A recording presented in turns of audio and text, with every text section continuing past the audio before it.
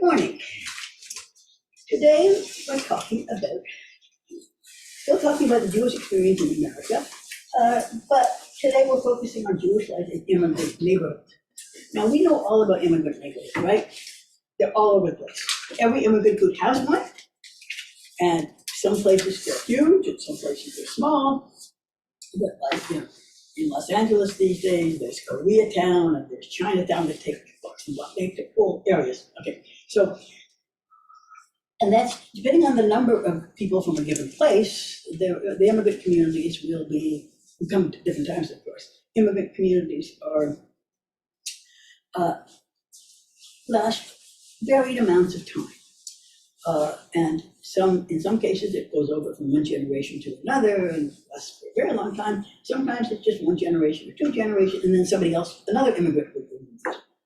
So when we're talking, even in small towns, there are of course immigrant neighborhoods, usually close to the downtown and within walking distance to wherever they're going, the businesses, at least in the 19th century, and then Jews, of course, are very mobile. So they start in an immigrant neighborhood, wherever they are, or a poorer neighborhood, or a downtown neighborhood, or all three combined. Okay. And then when they are a little bit established and they can have some wealth, they go to a second area of settlement. Now, in Philadelphia, the immigrant neighborhood was 2nd Street, south of Benefit, south of Society Hill. That's what it is. And then the second areas of settlement would be Strawberry Mansion or North Broad, or and then that's second area of settlement. And there are certain characteristics of second area of settlement, which we'll talk about some other time. And then then you get third or fourth areas of settlement. Eventually, in the third or fourth generation, depending on when you come, you get to the suburbs. And that's the way the trend has been in the 20th century and continues in the 21st century, but usually we're basically living in immigrant neighborhoods anymore.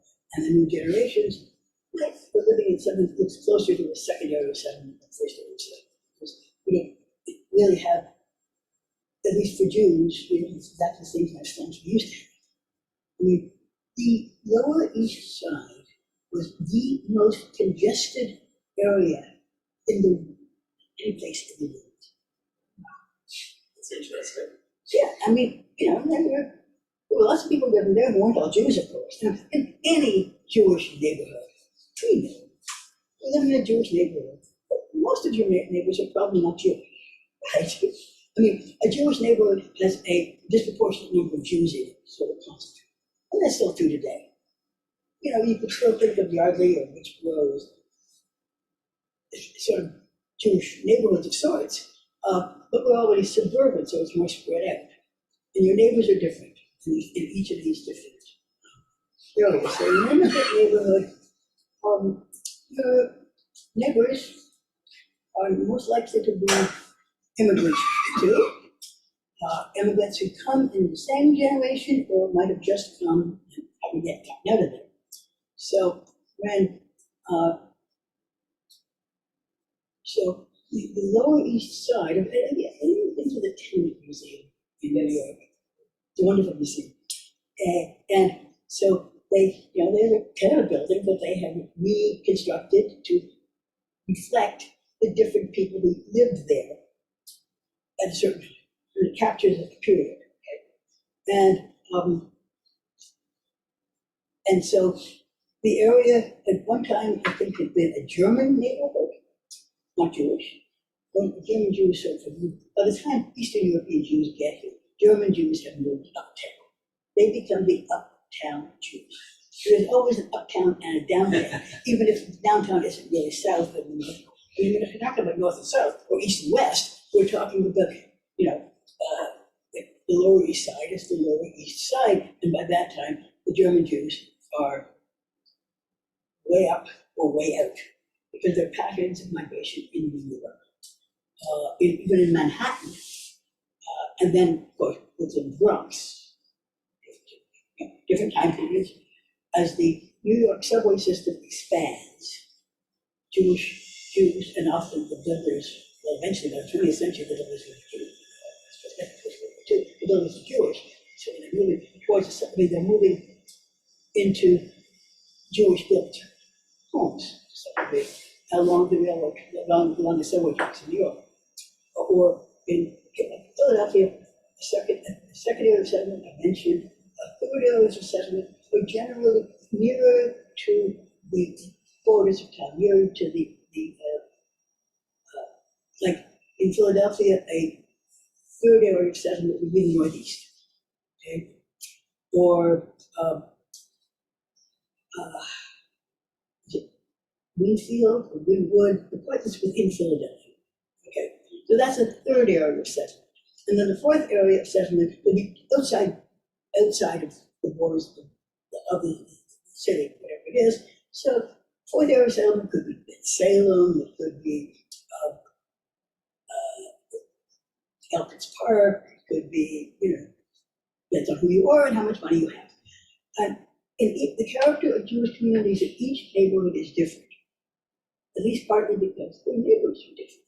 So in New York, the Lower East Side sometimes had been heavily Irish because the Irish came first to some degree, and then it was German, and also different areas have different groups. And even,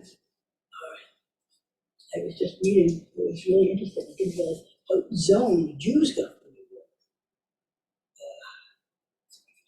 Sure.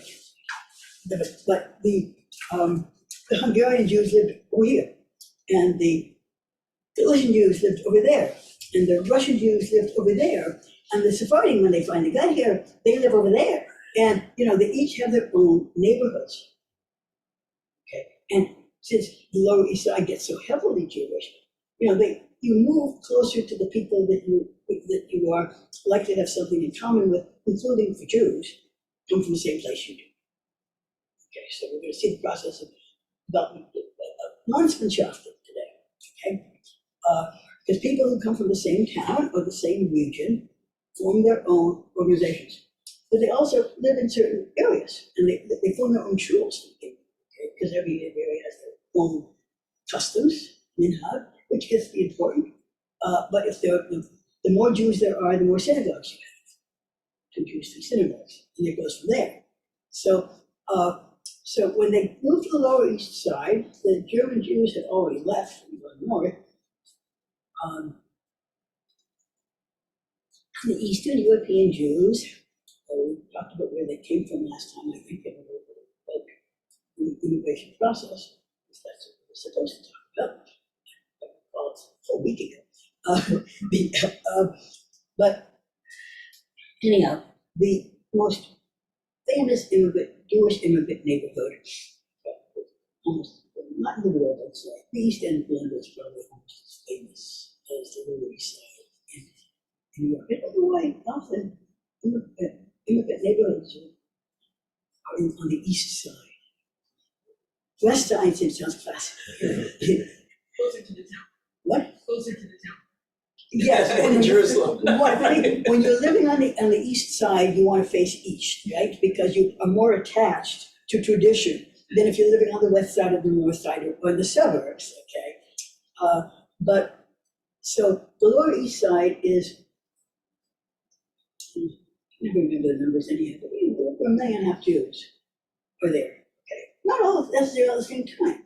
So one group will move in, this wave starts in 1870, coming from the eastern parts of Europe, including the eastern part of Germany too, to some degree at the time, but they come from farther east or down farther south, and that's where all the other immigrants coming to this country are coming from too. Young immigrants, we talked about how they German or Scandinavian, or those people all moved west, and they bought land. So they were agriculturalists. The Jews were not. With some exceptions. If you're interested in talking about Jewish agricultural colonies, at some point we'd be happy to talk about them, because there were a number of them. But overwhelmingly the Jews were urban. And the most urban place they could find, and the first place they land, tends to be New York. Although, in talking about relations with German Jews were really concerned with all of these Eastern European Jews, especially in the 80s and the 90s. And the German Jews had fought hard to, be accepted and to get a strong foothold in this country, and they were afraid that these Eastern European Jews were going to ruin it for them. Not the Eastern European Jews, anti-Semitism developed in the 1880s. Anyhow, we'll talk about that. That's 2 weeks. But at any rate, the Eastern European Jews, the German Jews, the uptown Jews, are very intent in Americanizing the newcomers, wherever they come from. And so that the relations between uptown and downtown, of course, the German Jews looked down on Eastern European Jews, as they did in Europe. Eastern European Jews, Western Europe, were looked down upon by the West Jews, the Yakas, that's what we call them today. We would, they wouldn't. But there is a hierarchy within the Jewish community, and it still exists to some extent, but not to the extent that it used to in the early 20th century. What do you mean by that? Hierarchy. No, that it still exists, in terms of German Jews versus. Well, no, this country, the German Jews are so outnumbered by Eastern European Jews that, 90 to 95% of American Jews are Eastern European descent. So German Jews, still a small percentage, but they started to assimilate already in the 19th century, and by the 20th century, largely out of the Jewish neighborhoods. But they're in the farthest out Jewish neighborhoods. And in New York, they still have enclaves on the Upper East Side. It's like, or maybe the Upper West Side now, because that's become the in area. But Jews are very mobile, and they move a lot. And when they move, generally move in the same directions, depending on which communities they live in. So Philadelphia Jews will move from Society Hill to begin with, and then South Philly to West Philly, it's Scarborough Mansion, and then next generation they'll move out to, like I said, Winfield, and then they cross into Wood or the other way around, but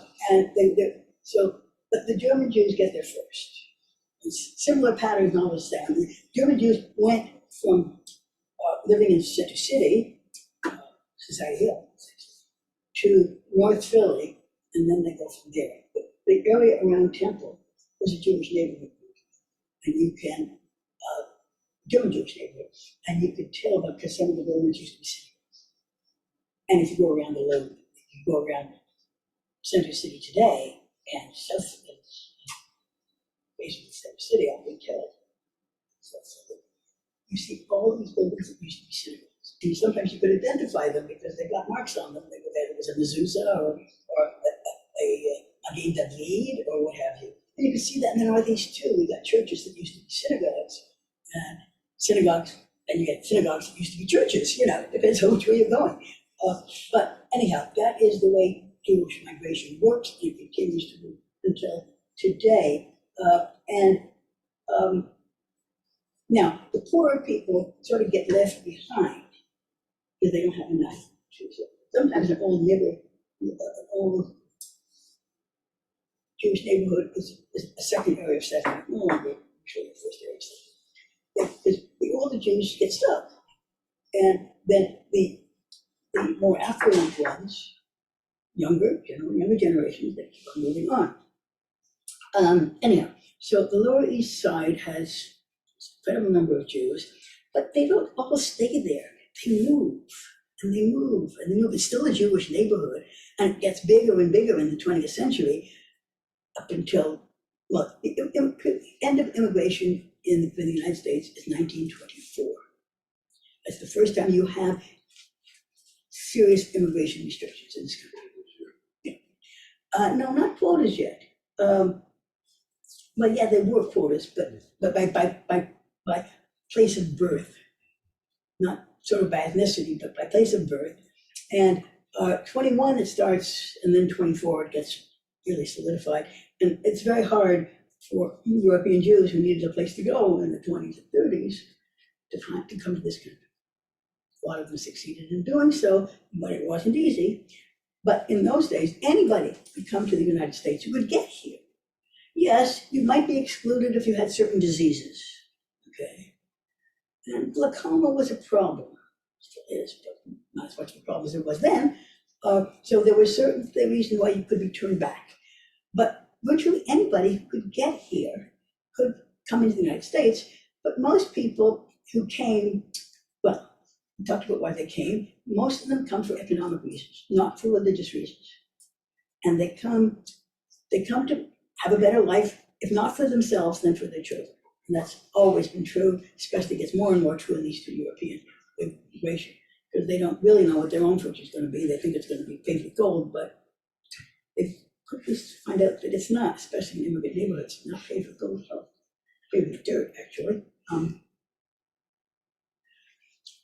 So they move into New York and then eventually through New York. Some people leave to go other places if they've got relatives in other places, but most of them, not all of them, land in New York. Some land in Boston, some land in Baltimore, some land in Philadelphia, but the main immigration focus was in New York, and well, it used to be Castle Garden, and then it became Ellis Island. Yeah, thanks. And it's really, I don't know how many of you have been to Ellis Island, to that museum there. It's really neat. I mean, you really get a sense of what it must have been like to try to be processed through there. You know, you often might have come thinking you had a different name, whether you did or you didn't, and we're getting down to something, but that's a myth, actually, because just about everybody who comes, they have the ship manifest. They know what your name used to be. They might not be able to pronounce it or spell it because of spelling in the manifest, but this whole, all the Sean Ferguson stories.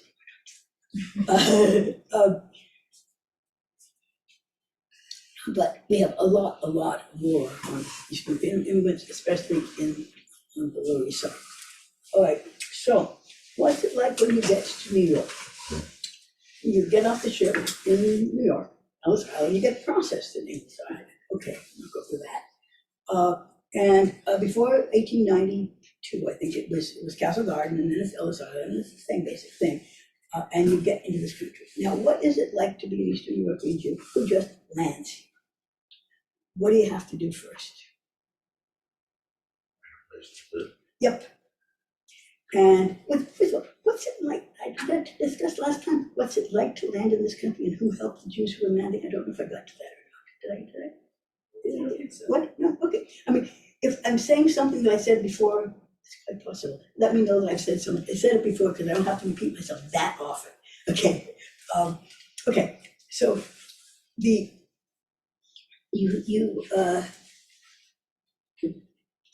at Ellis Island, it was a problem. Okay, usually it was men who came first.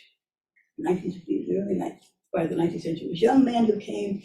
By the end of the 19th century, it's men and families, but sometimes men will come along first, and then and they'll bring their families over later. So that's one of the things that differs about Jewish immigration to this country, is that Jews move as families by and large. The Eastern European generation, not the German Jews. They move as families, whereas Italians and the Irish move as families, single, married. They move and they're not going back to Ireland. They know that. There's a wonderful book by Hasidina, who's the author of this book, and it's called Hungering for America, and it's a comparison of 3 immigrant groups in this country and the women in Jews. It is Jews Italians, and Irish. And the greatest differences, of course, are between the Jews and the Irish. The Italians are somewhere in between. But the Italians, often just came to, when some single men came and they tried to earn some money and they want to go back to Italy. That's what, and some people from Germany and other parts of Europe also want to go back to Germany, go back, they come just here. Jews, by and large, are not coming here just to earn some money and bring it back with them. If they succeed here and they're comfortable enough, they'll go back to visit and bring some other relatives over, okay, and they do that. But it's a chain migration. So last time, people in the same town, but wind up in the same place eventually, if not immediately.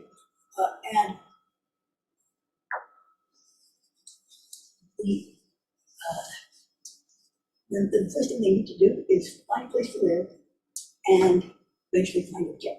Get to the jobs next week. We were talking about the garment industry, which was the employer of the largest number of European Jews, not only in New York, but also Philadelphia, Chicago, major centers.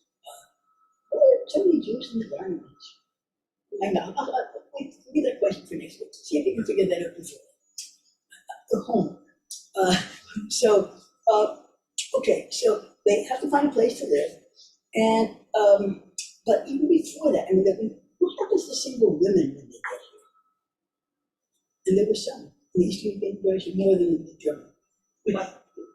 My grandmother was a single woman. One of my grandmothers, right? She had cousins. Of course. So that was the connection. That's how she was able to do it. Yeah, often there are relatives, and on the ship manifest, those of you who looked at us on manifests, online, it says who you're going to visit. So you know exactly where these people are stopping first.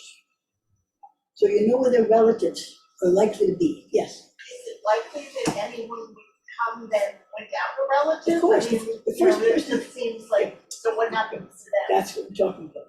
The first people to come are always without relatives. There's always a first without relatives. No, it is. But yeah, no, the first group that comes in and especially the German wave, they all came as singles. Just about all came as single men and they went back to their wives that they were. The wives came. The disproportion of men in the mid-19th century to women is tremendous. That's why we start having intermarriages, because especially people moving in the West and there aren't any women in the communities, and besides, especially if Eastern European Jews come in and you're a German Jew and you're in the Midwest, you probably don't want to have Eastern European Jews. There's a hierarchy. I think you asked me about the hierarchy. You know why it's still here? Well, it's not here as much as it was before, but there was certainly German Jews preferred marrying other German Jews who other people that came at the same time they did. Even if they came from Eastern Europe, they get married at the same time. Okay. But they tend to marry people who spoke German. After a while, they all speak English. And of course, the ones coming from Eastern Europe tend to speak Yiddish for quite a while because they don't have to speak English if they're living in a place like the Lower East Side or any other immigrant community. And a lot of the women never learn English. German Jewish women learn English, but not Eastern European Jewish married women at home with the kids. They don't often have a chance to learn English.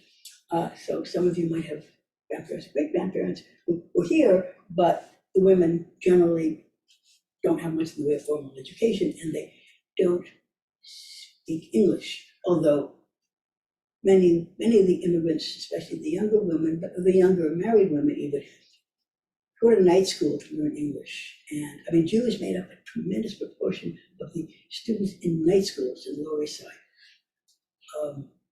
It was just, in the daytime, it was younger kids who went to school, and they all went to public schools. Whenever they got here, they go to public schools. Now, in the first wave of immigration, the Sephardic Jews and the early German Jews, they often set up separate schools for their kids, and eventually set up Sunday schools. Okay, fine. Eastern European Jews, virtually all of them send their kids to public schools, because at that time, by that time, there is a public school system established in the mid-19th century, and there were mandatory laws of Jew immigrants to go to school, public school, up until 12 and then 14, eventually at 16. But a lot of kids were younger in the 19th century. They don't necessarily tell the truth about their age and have to go to work with their families. Because, well, get back to that in a minute. For 2 minutes. So when they get here, they don't know English. And of course, so they gravitate to other people who are like them, either their relatives or people from the same town. They generally, or siblings, they generally know somebody here. And if they don't, they've got a problem, but then they have to establish themselves. And if you don't know anybody here, you tend to try to, especially if you find somebody who comes from the same place. You join a Landsmannschaft, and you join a Landsmannschaft synagogue, so that things aren't as strange as they might be, because there are some links to the old country, which are already here, depending on when you come. The later you come, the more links you're likely to have, and more places you'd like to be able to stay at least for a little while, and more people are going to help you with finding a job. And so the immigrant community is very supportive of each other, but they start out, all of them are poor. It takes some money to get here. The poorest never come. They can't. Still true of immigrants from any place else. The people who have the least are least able to come. And the people who have the most don't need to come, so they don't come. So people who come are, at least for Jews, they're sort of, well, proletariat class, except there weren't that many Jewish workers in Europe. There were so many still in Europe. Most people were lower middle class, craftsmen, what have you. So the people who come are not the poorest there, and often, but when they move here, they have perhaps even less than they had in the old country, and they had little enough there. That's why they came here. So it's tough. And so you need a place to live, and you want somebody who will help you establish yourself, what to do, and where to go, and that sort of thing. But what about these single women? If they don't have cousins in New York? They get married. Sorry? They get married. No, I'm talking about just landing off the boat. Oh, okay. We haven't gotten far than that with the women. We got the men off the boat. Did they get solicited by people who had bad intentions? Lots of them did. That was also true for young girls who left Eastern Europe to go to, let's say, England. They would pray for people who were looking for prostitutes, and many of them, whether they want to or not, land up as prostitutes, both there and to some degree here, because there certainly was a lot of prostitution in immigrant neighborhoods in this country, especially in large immigrant neighborhoods like the Lower East Side. There's a fiction book, I think it's The Third Sister or Yeah, something. the third daughter. The third daughter, Yeah, that talks about Yeah. that. It's very interesting. Well, lots of Jewish girls, if they didn't have a support system, some of them don't land up being prostitutes here, but they get shipped to Latin America. Yeah. And that was That's what Latin that America. book was about. Now that, Latin America was known for Jewish prostitutes. Actually, it was known for Jewish pimps, because there used to be separate organizations for men in Buenos Aires who ran brothels. Okay? They couldn't belong to the standard synagogues, so they had their own. They did very well. They even had their own center. They were pretty independent, and they were pretty wealthy, and they took a lot of girls to come. And then it was really hard to get out of it once you were in it. Now, if you're coming to the United States, you might be lucky, because there were people who met the ships. And if they saw a single Jewish girl, they met them getting off the ship.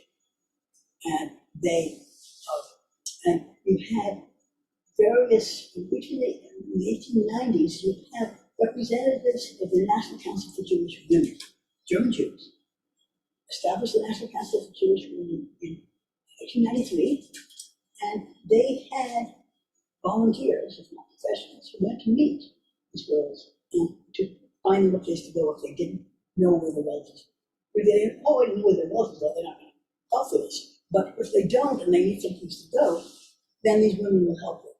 And there were, and that's one of the things that women's organizations do. And it's also true in Europe. There was already a prostitution problem in Eastern Europe, especially in Tunisia. For Jews, prostitution. And so it's called white slavery. And one of the reasons for founding the Federation of Jewish Women in Germany and also Jewish women's organizations in England was to deal with the problem of white slavery, Jewish white slavery. And so that's one of the, that's something that the National Council for Jewish Women does too. It's not the only reason it came into existence, but it's one of the important things that they do, as well as go and visit poor Jews and be down.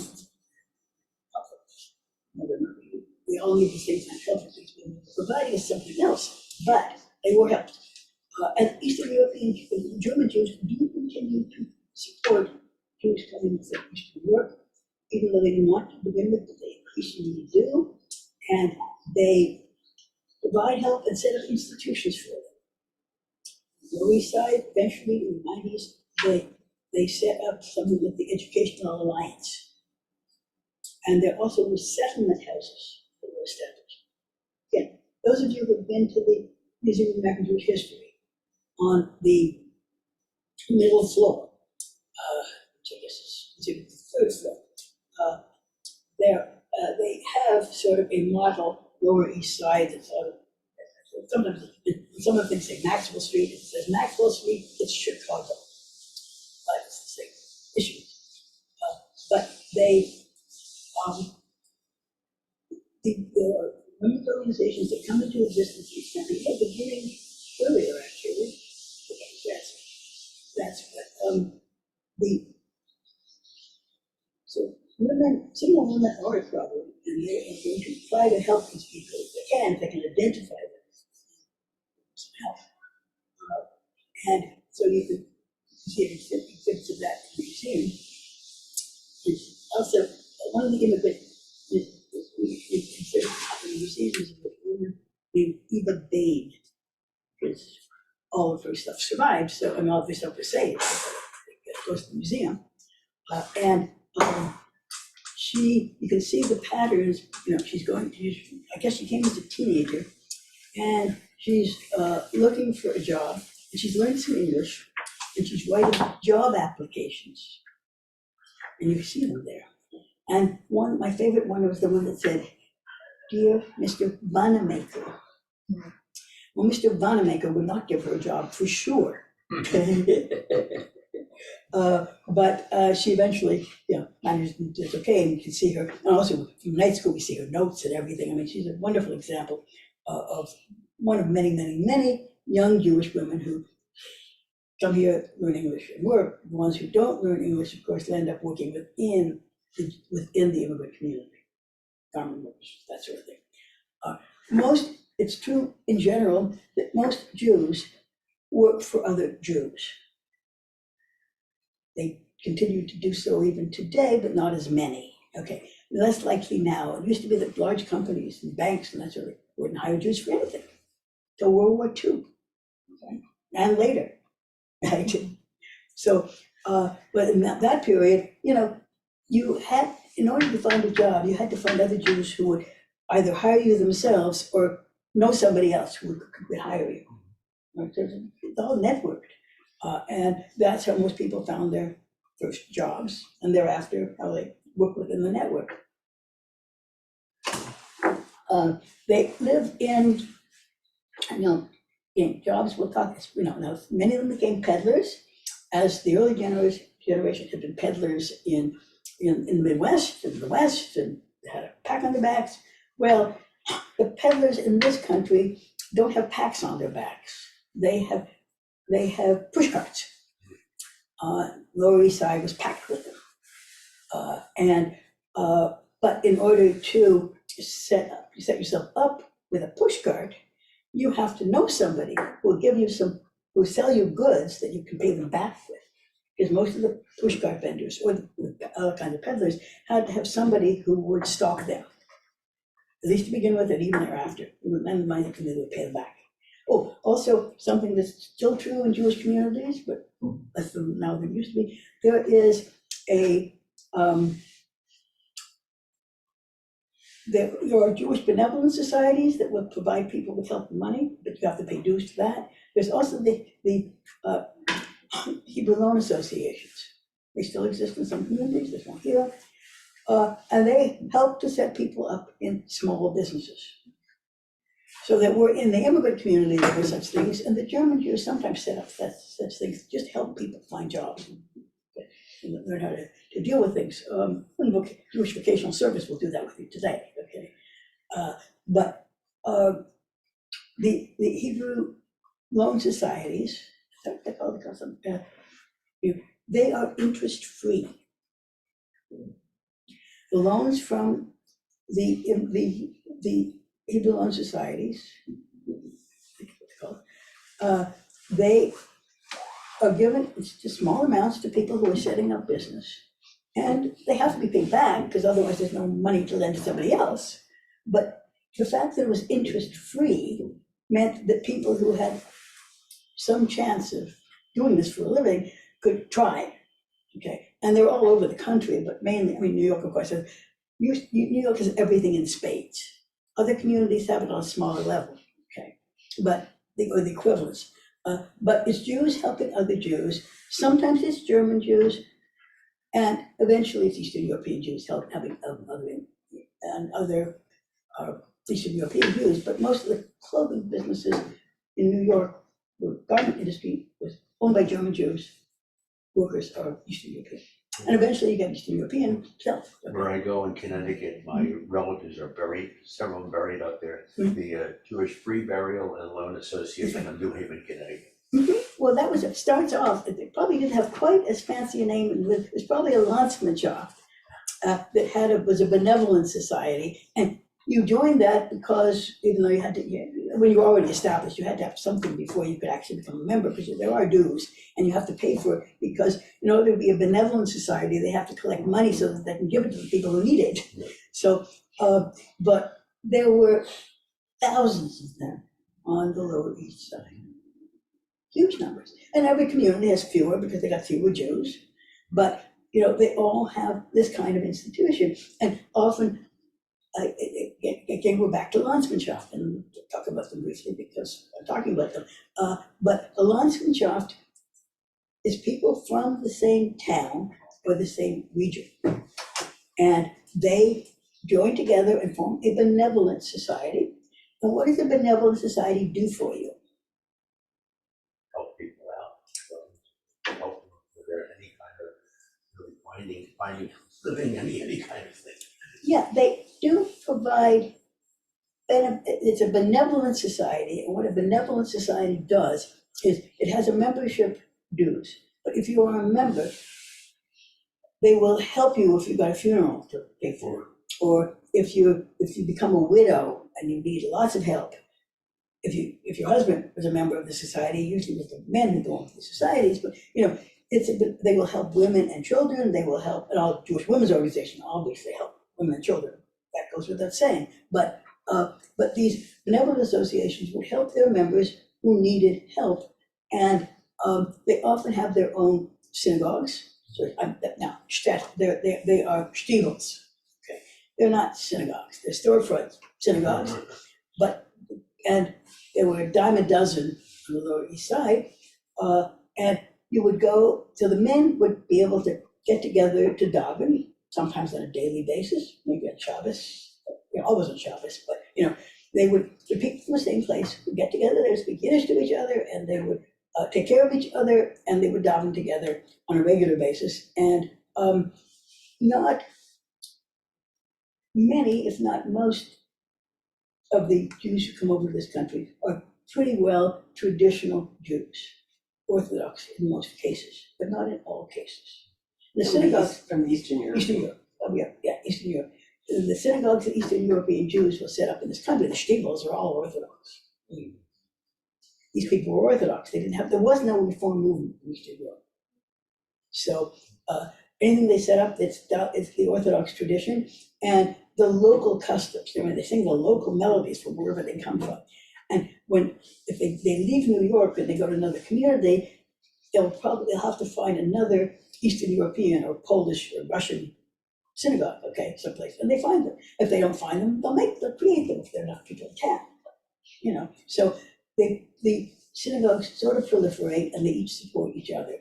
But the basis for this, at least in New York, are these Landsmannschaften. And some of them still exist today, but I think that they're children or grandchildren of the immigrants. But it's such a common institution that because it provides necessary support for the members, including cemeteries. I mean, Or Brigham and Stanford, it's called the Lodge Cemetery. yes, Lodger, yes, What's it? people from Lodge, Yeah, the Lodge Cemetery. yes, and that's who they're from, where they're from. Now, there probably used to be a number of, at least in New York, there probably were subsidiary groups of the Lodge, the Lodge community who came from different parts of the Lodge. But Lodge was a major textile center in the second half of the 19th century. And it's really interesting that the owner of the textile factory was Nansky, and his factory, which was huge, now is a sort of a hotel and shopping center.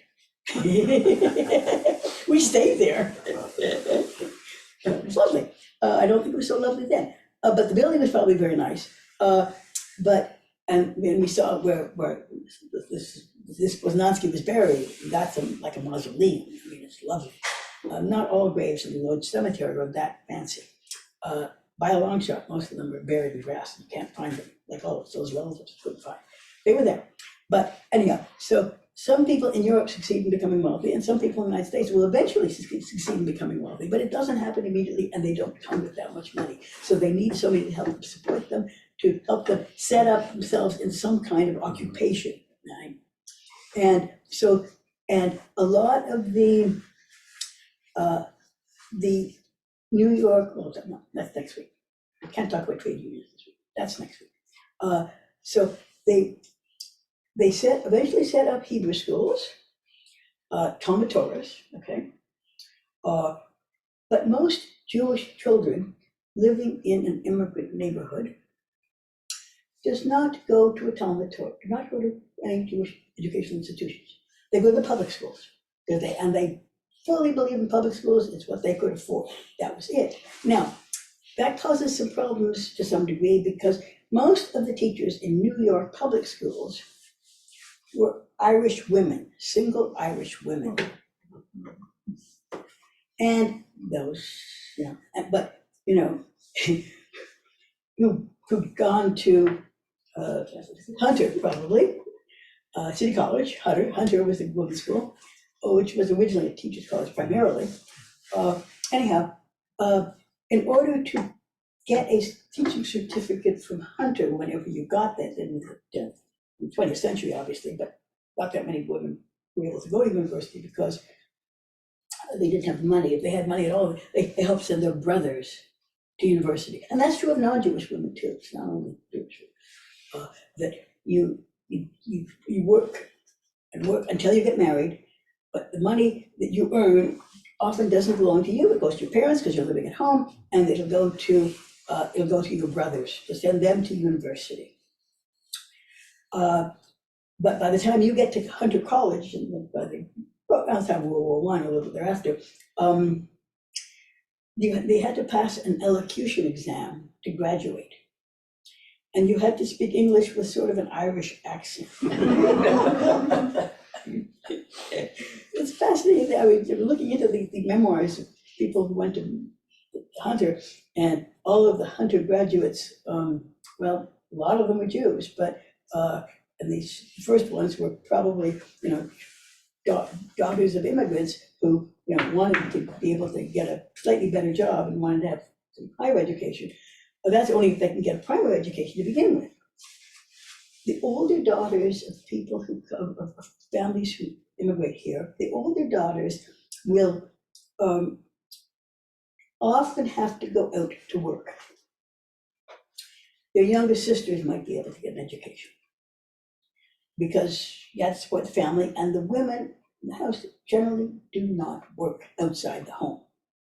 They certainly work inside the home, because every tenement, every resident in an immigrant neighborhood, every family, if they owned an apartment in a tenement, they, no matter how many kids they had, they could have 8. They had a 2 or 3 room apartment, and they took in boarders. So, often they would have, maybe, 2 bedrooms, one for the parents, some of the kids, and sometimes the other kids.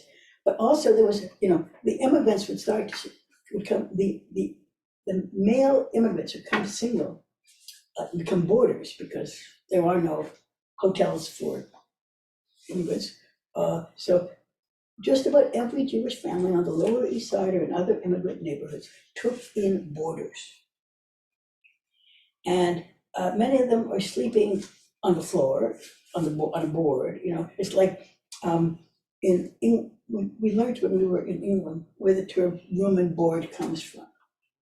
Oh, how about that? Yeah, it's sort of Shakespearean.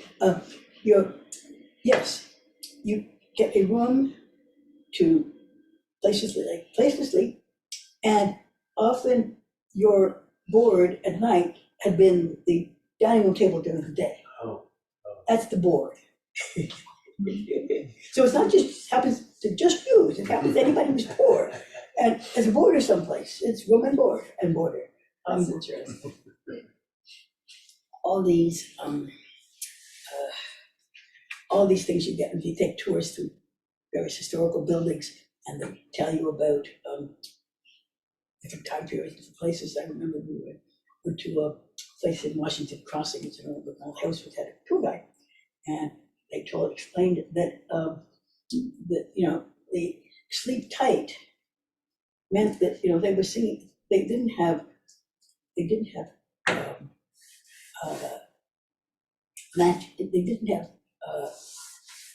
beds or thick mattresses. You slept on rope. And then, so sleep tight was if you wanted to have a flat bed, you tightened the ropes. So that's sleep tight. How often have you said that? The bed bugs bite. Well, there were certainly bed bugs then, and in some cases there's still bed bugs now. However, not in most Jewish homes. But it's unfortunate that there are still bed bugs. Anyhow, so so many boarders who were there, at least initially, and again, you can see it, lovely examples at the Jewish Museum in Philadelphia. And in the children's room, you see all the things that they might have had and the clothes they might have worn. But generally, for a long period of time, women would make their children's clothes because they couldn't afford to buy anything before, especially before ready-made clothes became affordable. So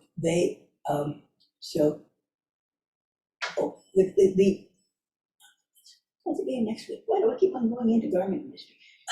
My head.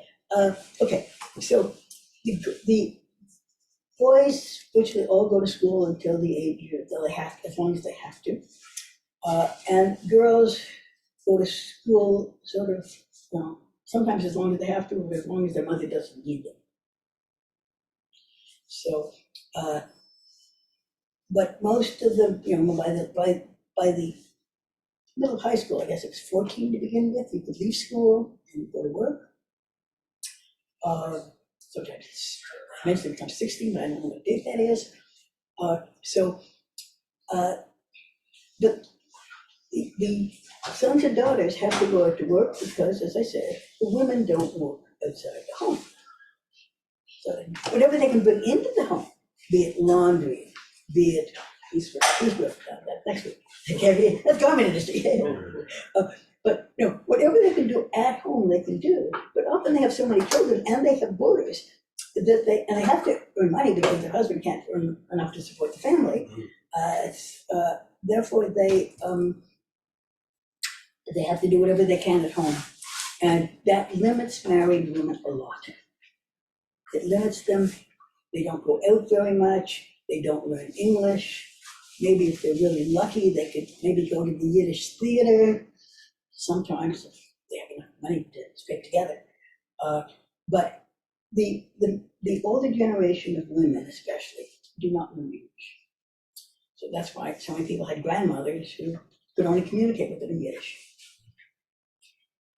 Because they didn't have a chance to learn English when they were younger, and sometimes they live all their lives without really knowing English. The men are more likely to learn English because they need it in the outside world, either for their jobs or just for living, because they relate to the outside world. The married women really don't. And you can, I guess you presumably all seen the movie Hester Street. I love that. Did you ever see Hester Street? Hester Street it's based on a novel written by Abraham Kahan. Abraham Kahan was the editor of the Jewish Daily Forward, the Forwards, which was the main Yiddish socialist paper in New York. Abraham Kahan came in the 1880s from someplace in Eastern Europe, and eventually, 1990s, he sets up the Forwards, and one of the goals of the Forwards, was published in Yiddish up until a couple of years ago, and it's still published in English. Maybe it's still published in Yiddish too, but the subscriber list is much shorter now than it used to be, because people just don't speak Yiddish anymore, or read Yiddish anymore. But at that time, there were dozens and dozens of Jewish newspapers in New York. Because everybody, including the women, read Yiddish. And there's the Morgan Journal, which was, and there were Orthodox newspapers, there were socialist newspapers, there were communist newspapers. All of these things sold very well on the Lower East Side, and many of them were sold elsewhere across the country, like the Forwards. But the Forwards, I think, is the example that usually gets discussed if you're talking about Jewish journalism in New York, because it lasts the longest, and it probably had the largest circulation. And one of the things it's trying to do is, like the German Jews, trying to Americanize these immigrants who are reading this stuff, and they pass it around. I mean, not everybody could afford to buy a newspaper every day, but the ones who could passed it around, or they read it in coffee houses. Many men go to coffee houses. Yeah, Jewish men don't go to bars; they go to coffee houses. So so on the Lower East Side, there used to be lots and lots of bars that were Irish bars or German bars, but if the Irish and the Germans leave, there are only primarily Jews are left, maybe some Poles living in other parts of town, but not parts of the area. But Jews and Italians get along very well. Jews and Irish do not, and Jews and Poles do even less well. There are all kinds of Eastern European immigrants coming over at the same time as Jews, coming from the same places in Eastern Europe, although much larger percentage of Jews emigrated and came to New York than of non-Jews, okay? Many of them emigrated, they didn't all come to New York. But so Jews are,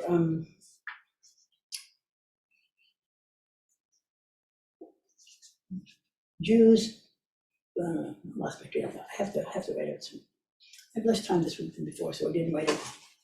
You have old notes for this either. That was too bad. Anyhow, so there were, yes, we were on newspapers, right? Newspapers, and in the Forwards, there was a column called the Bintelbrief, if you're familiar with it. It's published, you can read it, okay? And sort of, it's like the predecessor to Ann Landers, or what's the other one, her sister? Dear Abby, they're sisters. Right. Okay. Twins. But they're 20th century. And that's the same, the Bintelbrief is the same sort of thing, but most of the answers are written by Abraham Kahan, when he had time to do all that. Later, other people were delegated to do that, but they're really, an advice for the lovelorn, and anything you wanted to know, you could write the Forwards, and they would send you back an answer. well, they don't send it back, they were printed in the Forwards. And that was the common knowledge paper for many, most of the immigrants on the Lower East Side. Others got their information from the Tageblatt, which was Orthodox, or other newspapers, the Freiheit, which is communist, but that's 20th century, definitely 20th century. There are no communists in the 19th century, just socialists. And there are no communists in the 19th century, just socialists. Please correct me when I make such obvious mistakes. But maybe not, I make such not so obvious mistake. Okay, so there was widespread Jewish press, all in Yiddish, widespread theater, Yiddish theater. The Yiddish theater actually begins in Europe, I think in Romania. Goldfaden was from Romania. And it comes, and in New York, you have lots and lots of theaters, Jewish theaters, Yiddish theaters. And some of the works were, original works really written in Yiddish, others were translated. Or as they said about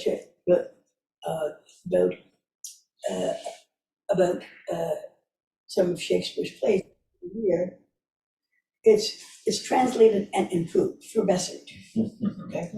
Because it's in Yiddish and people have to be able to relate to it. And I guess not all of Shakespeare is relatable, so that they made it so that Jews would understand it in Yiddish and with improvement. So you don't have to be literal translation. So the theater was very, very popular. And that's where a lot of these secular Jews used to go on, especially on Friday nights and weekends, whenever they had free time in the evenings. It was a very, very active cultural community that's going on. And the men used to get together in their cafes and they used to talk. They had time after work, what have you. You don't have cafes for women. Women are stuck at home or busy working. So they don't go to coffee shops. They do eventually go to places like the Educational Alliance or the settlement houses that were created in the early 20th century. It's Jane Addams and Lillian Wald created the Henry Street settlement, which was originally a nursing setup. It was a nursing settlement. And so Lillian Wald was a nurse, and most of the women who worked there to begin with were all nurses, and they provided free care for Jews. Anybody else, there's some people living around there. There were people who needed it, but I don't know that if there was ever a time where Jews could not go to Jewish hospitals or Jewish settlement houses. Well, they can't go to Jewish settlement houses because all the programming's in Yiddish. Why would Italians want to do that? They have their own. But they've got their own immigrant community, which have their own churches and their own institutions, back to their needs. But there was a large group of Jewish hospitals that were established in the end of the 19th century and into the 20th century. Some of them still remain, at least in name. But why set up a Jewish hospital? What? I was born in Brooklyn, Jewish. Yeah. I was born in Philadelphia, a Jewish hospital. Einstein, right? Einstein, yes, right. Also, Jewish doctors could practice there. That's right. Oh, That's into the 20th century when anti-Semitism gets worse, and so Jews finally are able to they can get medical degrees, and they get medical degrees, and they can't really intern any place because non-Jewish hospitals don't. Some of them are the immigrant generation, but especially true for second and third generations.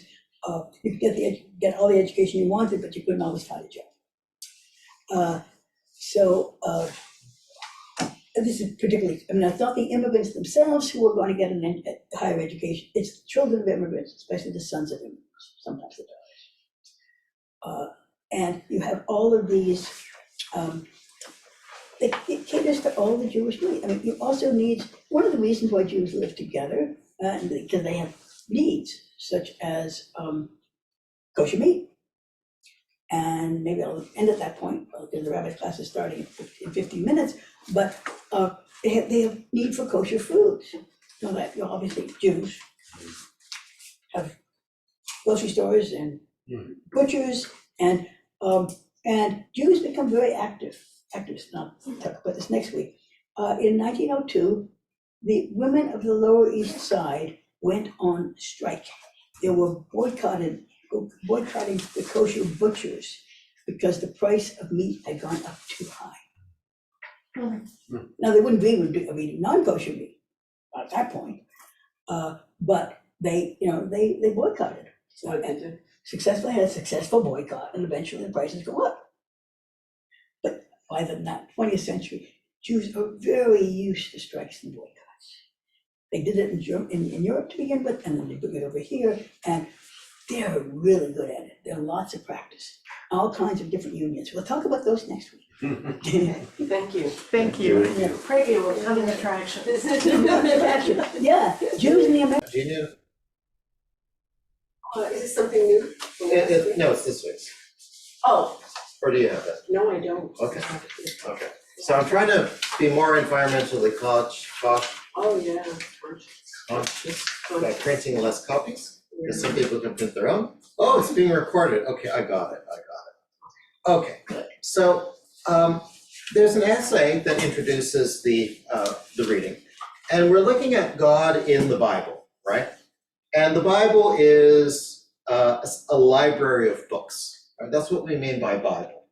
Bibliography, bibliothèque in French, and a library is a collection of books.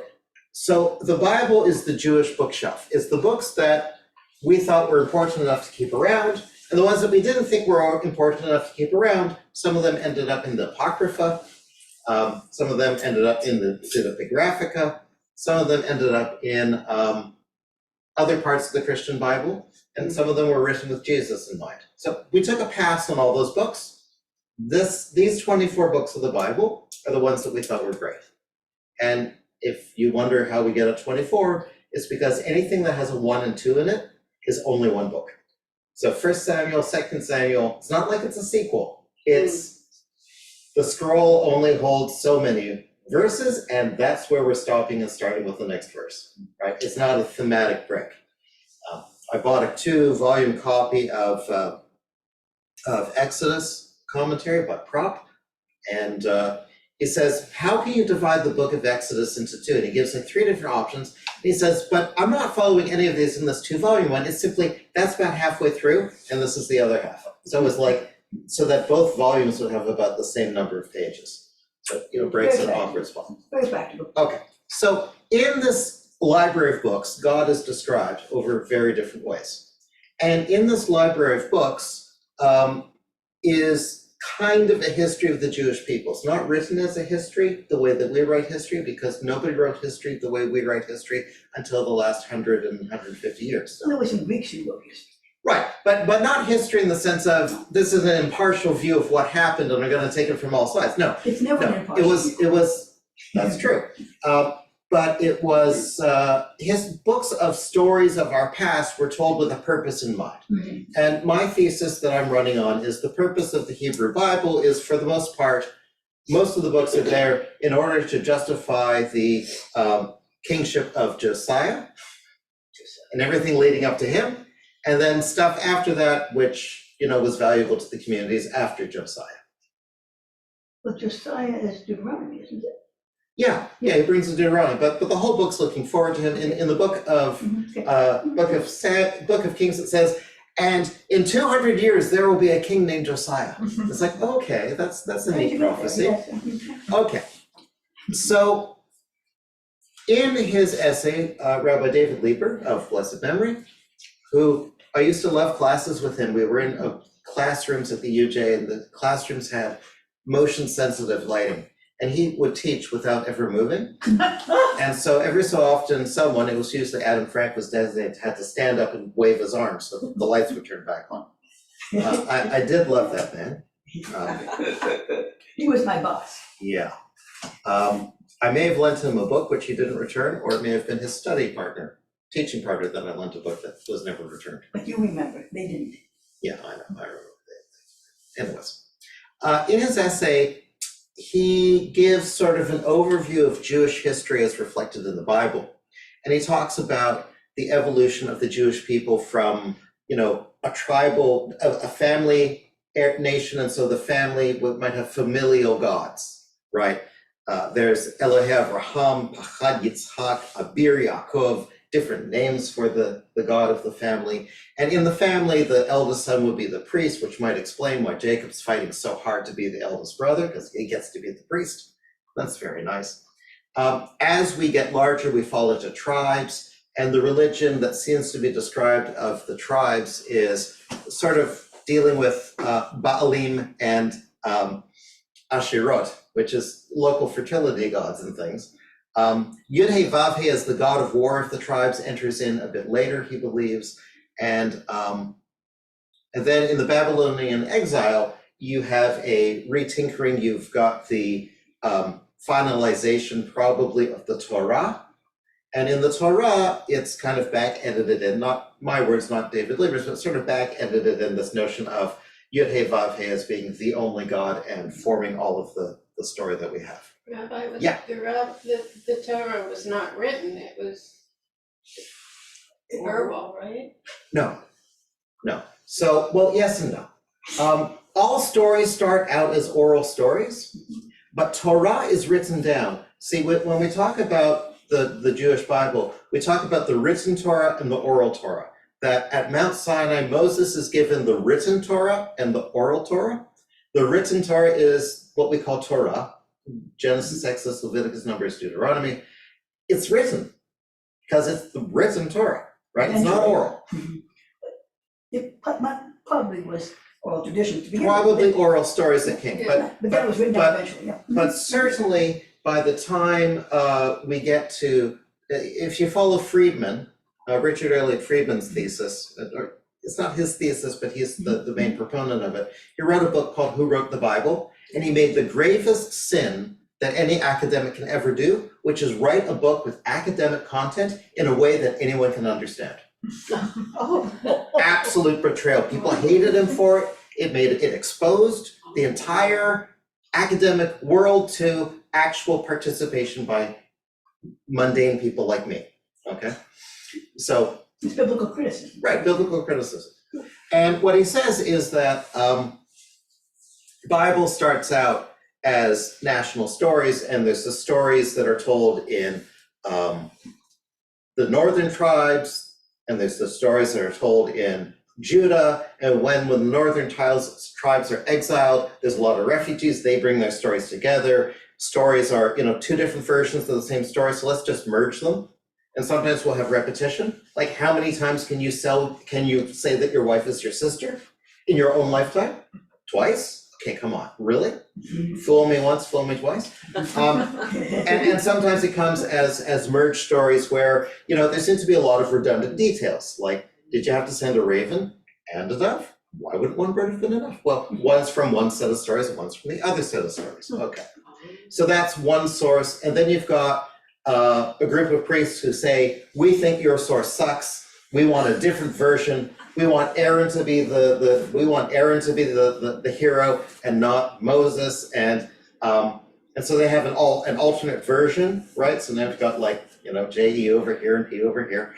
And then you've got later on D, who's writing as a sequel to J-E to say, well, I need to correct some things, like, by the way, everything that the patriarchs did badly, we need to have laws against. For example, don't marry a woman and her sister in their same lifetime, right? Just, don't have milk and meat. Okay, well, that one's a little tenuous. Okay. And then you have Josiah later on, who wants to justify an overhaul of the whole polytheistic religion and make it just a unitary God-only religion. So that's the book of Deuteronomy, which fixes everything before it. And then they take these books with them to, in exile to Babylon, where the brilliant idea of, let's put it all together, and this will be a national story, and we will be a nation that is defined not by location, but by lineage and by literature. Okay? People of the book. People of the book. I'm very proud of the 3 L's. I've never read it anywhere. I think I came up with myself. I'm happy with it. I haven't heard it, but someone will say, yes, David can. Location, lineage, literature. Okay, I didn't get the first time. Location, Okay. Right. Yeah, usually it's occasion, depending on real estate. In any event, class. in any event, you guys are kind of familiar with God as God appears in the Torah. So we're gonna look at sources outside of the Torah, right? We're gonna look at Psalms, we're gonna look at Isaiah, we're gonna look at Jeremiah. The Torah you are defining as defined. 5 books, yes. Okay. Yes. That- Torah, yes. Torah is a slippery term. Torah means any teaching. This is Torah, this is my Torah that I'm sharing here. But okay, outside of the Pentateuch, okay, the 5 books of Moses, like, and the books of the prophets, okay, you read a little bit, but we don't come into contact that much. So here is the other part of Dr. Lieber's thesis. He says that in the text that you're going to look at, and in the Bible in general, God has one of 4 job descriptions. Okay? God is a creator, right? That's the whole Genesis 1 and 2. And elsewhere in Psalms, where it's a totally different version. God is a covenanter. God makes agreements with Noah and all humanity, with Abraham, with Isaac, with Jacob, and with the Israelite people of Mount Sinai, and the Israelite people again on the entrance into the promised land. God makes promises. So God is a covenanter. Thirdly, God is a commander. All those mitzvot. God tells us what to do and expects us to actually do it, right? And finally, God is a redeemer. God is someone who takes our people out of slavery and redeems us, right? Not with money, but with a lot of hardship and pain and suffering on the Egyptians. Okay. So we're going to look at 5 texts, maybe. 1 text on each of these topics, and then a 5th text that actually looks at all the topics, right? So as we look at each text, we're going to have to ask ourselves, is this creator, covenanter, commander, or redeemer? And then we'll also ask broader questions like, how do human beings relate to this kind of God? Okay. Questions up to this point? I have a suggestion, you could just cheat, look at the study questions. I know you could, but so let's start with Isaiah chapter 40, verses 13 through 26. And I've got some paragraphs up on the screen, and you have the same paragraph in front of you on your handy dandy piece of paper. And Ruth, why don't you start with the first paragraph? Who has measured the waters with the hollow of his hand, and marked off the heavens with a hand's breadth, contained in the dust of the earth in a measure, and weighed the mountains in scales, and the hills in a balance? Who has directed the spirit of Adonai? Does any man tell him his advice? With whom did he consult so that he would understand, teaching him the path of judgment, of knowledge, showing him the way of understanding? Okay, so what's the image of God here? Creator, right? And what kind of images are coming at you? Like, how do you imagine this language? Like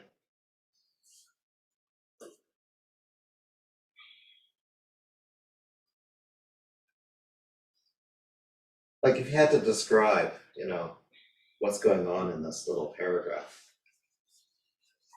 There are no wrong answers. It's very much in awe. Okay, there's a lot of awe going on. It's like, we should be impressed.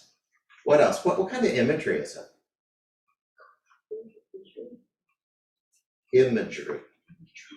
Nature. Nature? Okay, there's some nature, like mountains, half. yeah, The sure, first half. sure. What kind of worker is God? Like, if you had to give an employment in our terms, like what kind of worker is God doing this? He's an engineer. Engineer, yeah. Engineer, maybe a tailor or a designer. Like, I get the sense of hands being involved, measuring things and like writing things down and balancing things, right? It's really visceral, right? Now, this is just not God talking. This is a God who's doing stuff, right? I like those images. Okay. I have this abject terror that I'm gonna get names wrong. Diane? So to whom will you compare God? Against what will you evaluate him? An idol cast by a craftsman, overlaid with gold by a goldsmith, chained with silver chains? The person too poor for an offering chooses wood that will not rot. He seeks out a sinful craftsman to set up an idol that will not move. But you do not know. Have you not heard?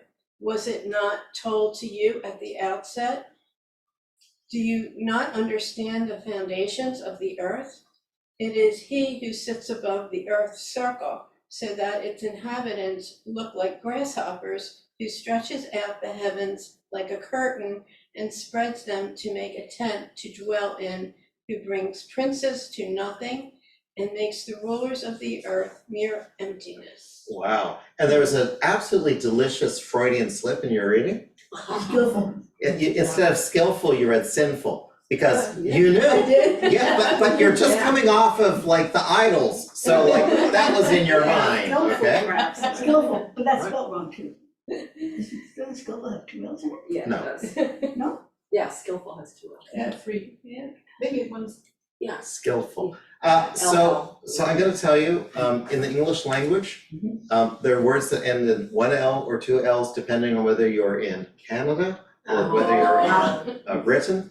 And for some reason, they like to use British-ish spelling in Bibles because they think it is more majestic. Yeah. And the funny thing, the Oxford English, the Oxford Bible commentary uses British spelling in the Bible text and American spelling in the comments. It's hilarious. Okay, but I see Harriet has a point. I guess it was trained in British spelling. Uh-huh. So what's going on in this paragraph? Wow. How does the creator create? I mean, Yeah. you're asking the question, Mhm. how can you, what context can you put him in? Yeah, and what else is going on here? Well, the creator is so great that you, human beings, you think that you may be great yourselves, but to the creator, you're like, says a grasshopper. God is Something very, in yeah, comparison. yeah, Yeah, you may think you're pretty darn good, but wait a second, let me show you. right. God is very powerful and you are not. No. And there's another element at the beginning going on. He's comparing idols to God. Yeah, what about this whole idolatry? How stupid is idolatry, right? Elsewhere, it's like you take a log of wood, you cut it in half. With the first half, you make an idol. The second half, you burn stuff to serve the idol. Makes no sense. You know, it's just, a stick of, how can you create things like this, right? Just, it's kind of a dig at idolatry, right? Now, I don't know if they're purposely missing the fact that the purpose of idolatry is not to say that this is the God, but rather this is a representation of the God. I think they're being purposely obtuse when they talk about that. Although there's a whole book by, I forget his name again. I forgot his name last time too. I had a class with him just, earlier this week. Professor JTS. The bodies of God. Oh. Anyways, let's add another paragraph to this, shall we? To whom then will you compare me, so that I may resemble him, says the Holy One. Lift up your eyes on high and see, who created these? He who brings out all their legions by number, calling the name of each one. By the greatness of his might and the strength of his power, not a single one is missing. Great. And the legions here that God is talking about are stars. God has a name for each and every star, right? He also has the earth in a circle. I thought that was interesting. Yeah. Does that make the earth round? Could be. At least this is an English translation, so it could be. Yeah. Okay. So this is God as creator, okay? How do we relate as human beings to God in this text? Way up there, way up there. Okay, so this is it's a transcendent. Yeah. It's not immanent, it's not, you can't talk to this God directly, it's like, this is, Awe-inspiring. it's like when you try to imagine the sun, and the earth and to scale, and like the sun is like this tiny little dot. No, sorry, the moon is this tiny, the earth is this tiny little dot. If you ever see a transit of like Venus or Mercury across the sun, it's like there's a pixel going across this huge thing, right? Or if you want to put it to scale, if the earth is this big, the sun goes from that wall to that wall and all the way around. The sun's about, if the earth is an inch, the sun is about 20 feet. Just give or take. I checked it out with an astronomer. Oh, good. Yeah, no, in my office, I've got a scale marble of the earth, a scale marble of the moon, and they're about that far apart to scale. And then I've Mars to scale in my house, which is like, half a mile away. And the sun is, I don't know, in New York.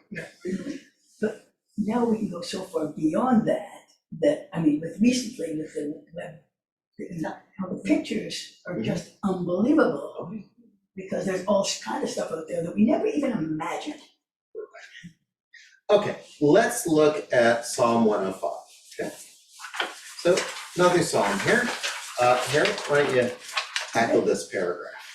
Seek Adonai and his strength, seek his presence always. Remember the wonders he has done, the signs he performed, and the judgments he spoke. Offspring of Abraham his servant, children of Jacob, the ones he chose, he is Adonai our God. His judgments are in all the earth. He has always remembered his covenant, the word he commanded for 1,000 generations, that he made the covenant that he made with Abraham, that he swore to Isaac, and that he stood up for Jacob as a statute for Israel. An everlasting covenant, which stated, I will give you the land of Canaan as your portion for an inheritance. When they were few in number, unimportant, sojourning in it, wandering from nation to nation, and one kingdom to another, he allowed nobody to oppress them. Okay, okay. You're allowed to have selective memory when you're writing a psalm, okay? You're praising Yeah, God, let's not okay. talk about the, In those days, yes. okay. When you were writing songs, you really didn't quite know what was out there. So, how are we relating to God as human beings in this way? How does it feel? Does this feel different than the last one? Well, there's a relationship. There's a relationship, yeah, right? It's tying them to the Israelites, to the Jews. Right, and to our ancestors, fathers, and there's sort of a sense, I think, that in the same way that we're talking about children and parents, well, we're talking about children and children and children, I think that plants the idea that God is like a parent, right? A little bit more imminent, like we could reach out and touch this God. And this is a God who has sat down at a table and cut an agreement with us. Maybe at the head of the table. Yeah, Yeah, there's a power position there. yeah. Why does it say 1,000 generations instead all generations? I think because it's the words commanded for 1,000 generations, I think that's prospective, it's looking to the future, right?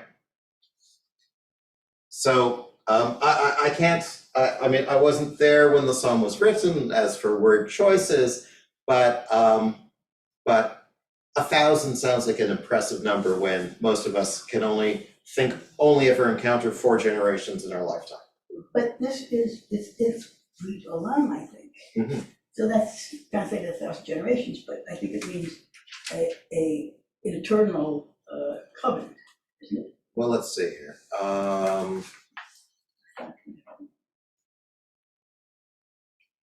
Israel.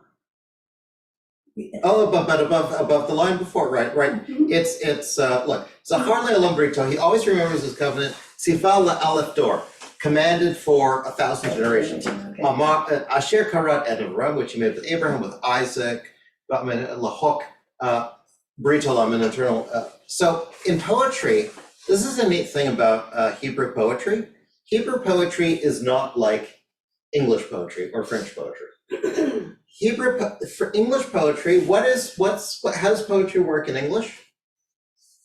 Things rhyme. They rhyme, okay? They rhyme, and sometimes there's meter, okay?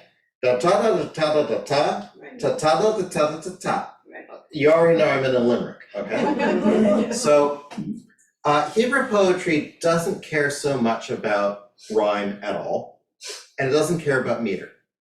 Although, again, Prot in his commentary on Exodus says, you know, if you try to figure out the original pronunciation of these words, there is some more meter going on in the Song of the Sea than you might realize. But put that aside.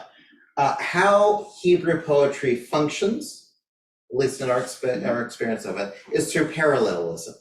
So it'll say one thing and then it'll say it again slightly different, right? There's an equinox in the middle. Right, and there's halfway in it. So it's gonna be forever for 1,000 generations, right? You know, it's gonna be, you know, a lion, and then it's gonna be another word for lion. You know, And and also, that's how you get that. There's all these parallelism. yeah, and also, this is written in Hebrew and not in English. We're reading a translation, and things always lose something in a translation. Absolutely, as the Italians say, translation is a traitorous act. It is. Mhm. Yep, because every translation is different. Right. Even if they think they're saying the same thing. Okay, Sheldon, want to read the next couple of paragraphs for us? So, Okay, I had to unmute. yep. When he called up a famine on the land and broke the staff of bread, he had sent a man before them, Joseph, who was sold as a slave. And Israel came to Egypt. Jacob sojourned in the land of Ham, and Adonai made his people very fruitful. Then he brought out Israel with silver and gold, and there was none among his tribes who stumbled. Might as Or well. he, want me to stop? No, keep going. For he remembered his holy promise and Abraham his servant, so he brought his people out with joy, his chosen ones with singing, and he gave them the lands of the nations, and they possessed the products of their labor, so that they could keep his statutes and observe his commandments. Hallelujah. Okay, so how does God interact with us in this version? He gives us things. Gives us stuff, right? What is here that was missing from the first song, of the first reading, in terms of our experience of God? We experience more of a relationship or a partner, or maybe a little partnership. He's helping us. Right, yeah. Imminent. Imminence, yeah, God's imminent. And there's a flow of time here, right? The other one was just sort of timeless creation, right? Here it's like, the patriarchs were here, I made an agreement with them, Joseph was sold into slavery, and then Israel was in Egypt, and then I brought them out, and I remembered, right? We have a history together, right? We have a relationship. And he guides them in a particular direction. Right, and there's guidance, there's purposefulness, right? So this is God as a covenanter. Also a little bit of redeeming too, right? Okay. But God is still kind of big. Right? God's not something that, you know, walks down the street and you'll say, hi, how you doing? Would you like a cup of coffee? Okay, let's look at another psalm. This is a psalm which we encounter every Saturday morning and every festival morning. Yes. For the choir master, a psalm of David. The heavens recount the glory of God, and the firmament tells us the work of his hands. Day pours out speech to day. Night expresses knowledge to night. There is no speech, nor any words, their sound is unheard. Their murmur goes out over all the earth, and their words reach the end of the world. In them he has built a tent for the sun, which goes out like a bridegroom from his canopy, rejoicing like a hero about to begin a race. Its starting point is the furthest reach of the heavens, its finishing line their opposite border, and nothing is hidden from its heat. Okay, let's pause there. What kind of language is this?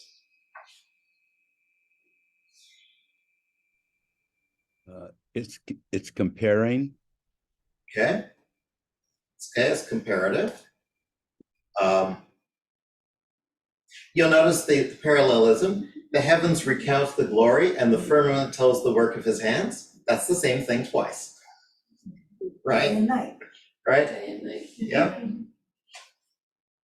There is no speech nor any words. Their sound is unheard.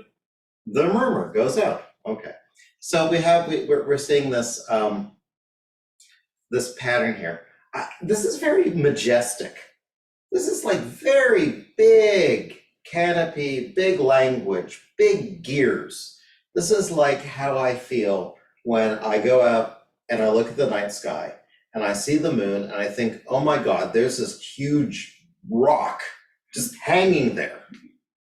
And especially when there's like a lunar eclipse and like the moon loses its shininess and kind of turns red, and it's like you can really see, no, that's just an object that's just very far away. And then you look at the stars and you think, I just get the sense of awe. Okay, it boggles me. Distances boggle me. I like Yeah. I'm sorry. No.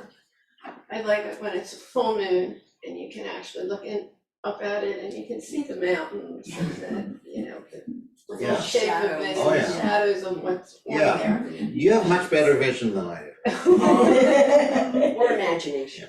do. We're Or binoculars. Those That's would help true. too.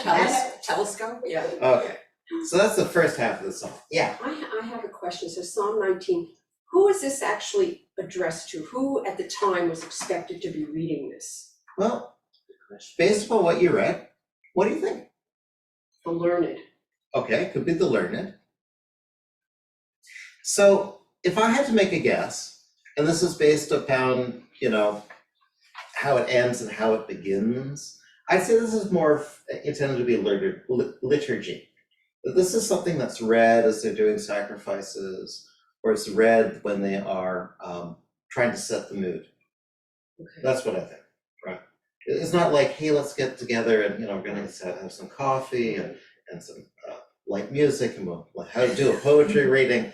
Right. That's not it. No, Okay. this is I think, the choir of Levites chanting things before the priests go to work type thing. That would be my guess. Okay. It seems to be liturgical. Okay.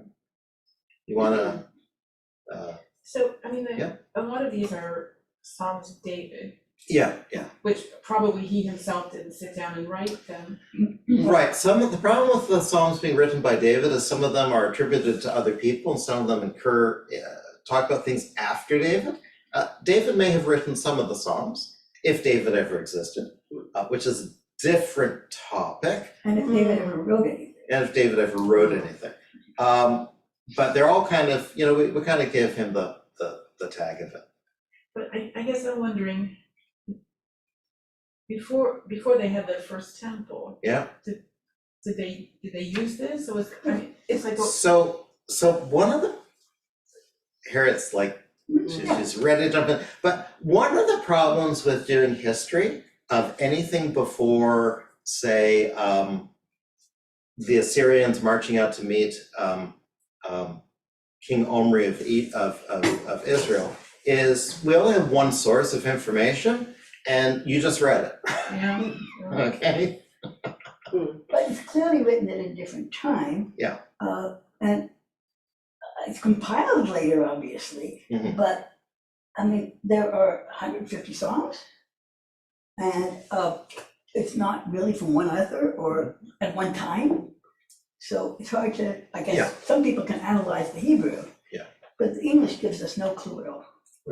The speculation, you can speculate from the Mishnah and the Talmud that says, well, in the temple, this is what they used to do. They used to sing psalms. So we're only halfway through the psalm. We've just had the whole majestic thing. And Now we need to get to part 2 of the psalm. Agree? The Torah is Mhm. the Torah of Adonai is complete, restoring the soul. The testimony of Adonai is certain, making the simple wise. The precepts of Adonai are just, gladdening the heart. The commandment of Adonai is shiny, enlightening the eyes. The awe of Adonai is bright, enduring forever. The judgments of Adonai are both true and just. They are more desirable than gold, heaps of gold. They are sweeter than honey, the honey flowing from the comb. Your servant is enlightened by them, and in keeping them there is great reward. Who can discern errors? Cleanse me from hidden sins, and keep me from deliberate ones. Let them not rule me, then I shall subdue them and be cleansed of great transgression. Let the words of my mouth and the meditation of my heart be acceptable in your sight, Adonai, my rock and my redeemer. Okay, so what's the relationship between the first and the second part of the song? What's going on in the second part of the song?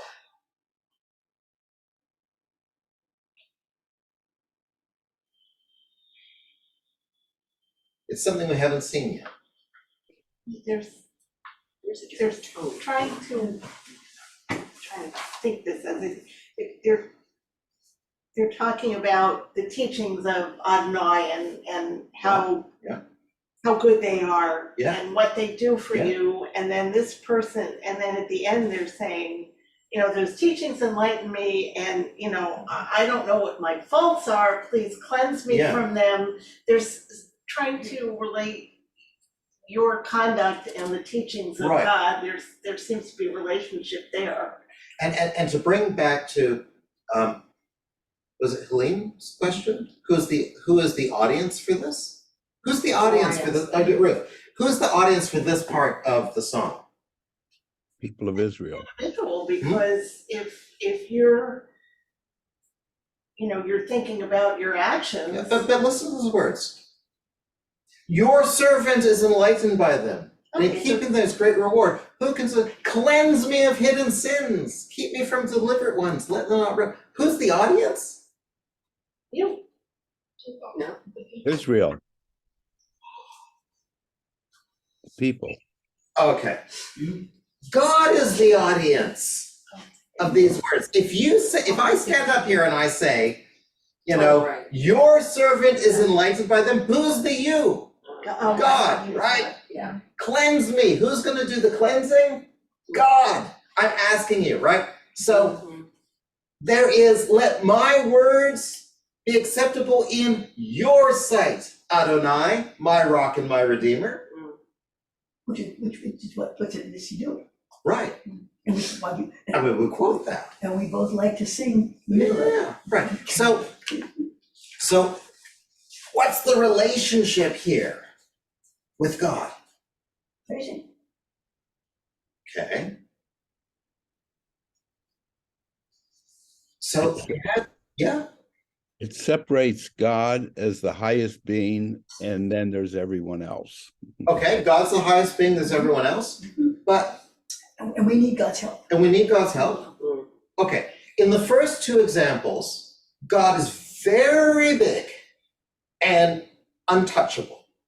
And that's the first one. In the second one, God had a relationship with the ancestors, but still, it's very like large things. This is personal. God, I want you to cleanse me. It's a personal relationship, and yet God is very big, right? The starting point of the heavens is very huge. God can make great, huge things happen, is transcendent in that way, but immanent on a personal. I can have a personal relationship with God. God can name all the stars. That means God can name me. Right? If God has awareness, God has this awareness of the whole of heavens, right? The stars was in a previous song, wasn't it? That's okay, doesn't matter, okay? Same psalmist, right? I have a personal relationship with God. I can have a conversation with God. God is something, not someone, but something that I can talk to. And it's also not something you talk to necessarily in words. Mhm. Meditation in my heart. Yeah, So that it's, even if you're not expressing it, right. it can be inside you. Right. So this is more of a God concept, right? We're trying to figure out what God is. God is complete. God is all-knowing. God is enlightening. God is something that has commandments, and the commandments make the world better and make my world better.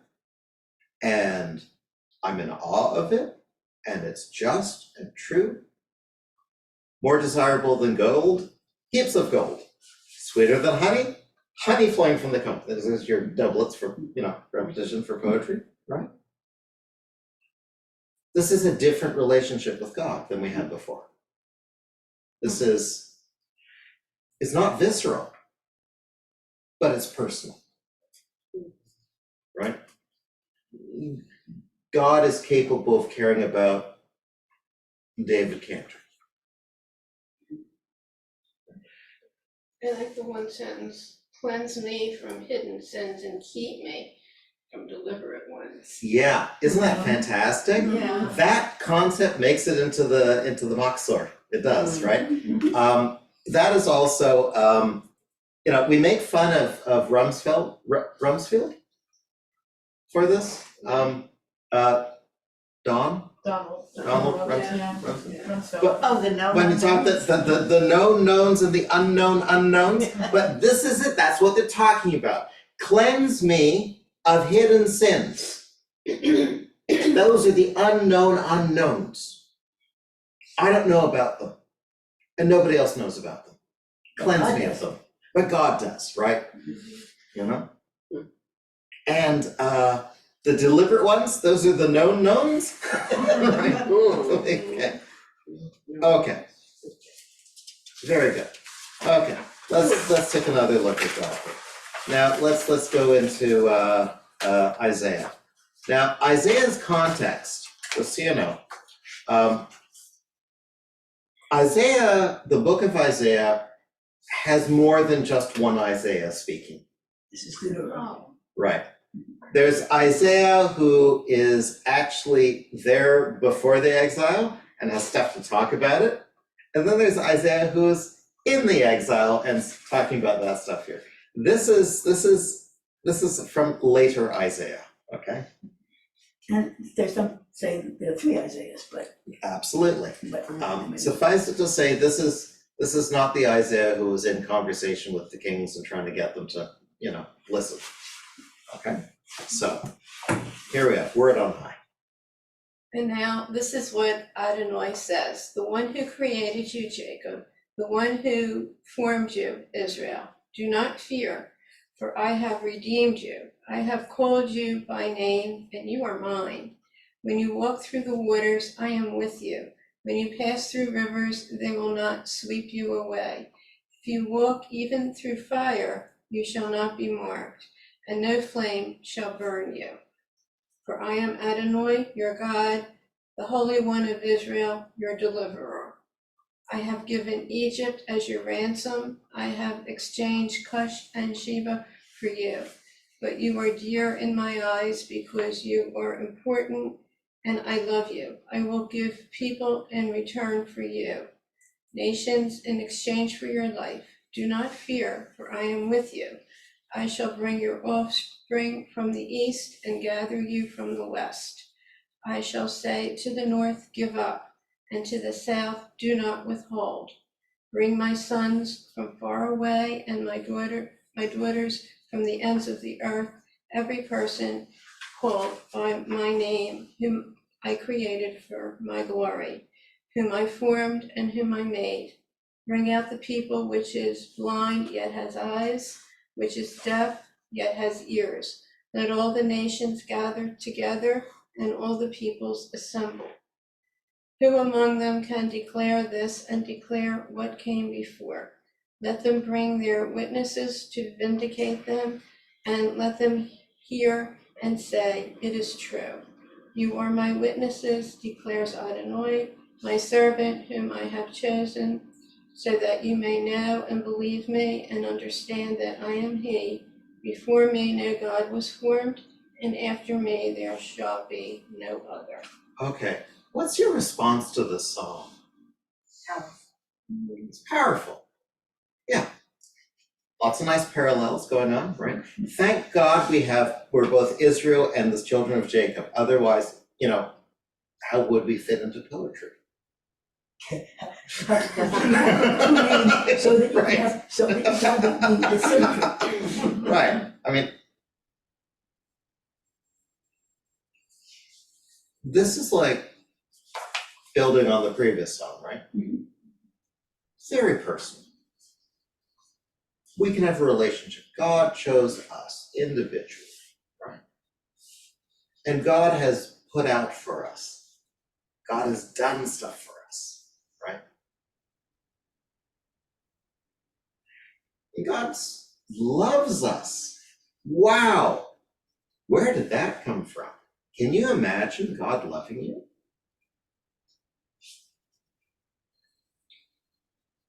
It seems more. It's a personification of God. Yeah? There's a lot of you loving God. Yeah. But God loving you sounds more Christian than Jewish. Right. Now, I'm gonna push back on this, right? If you see a religious building and it says, God is love, you don't think Jewish now, do you? No. Okay. How often do we talk about God loving us? Every day. Every day. Twice a day. Right before the Shema. In the morning,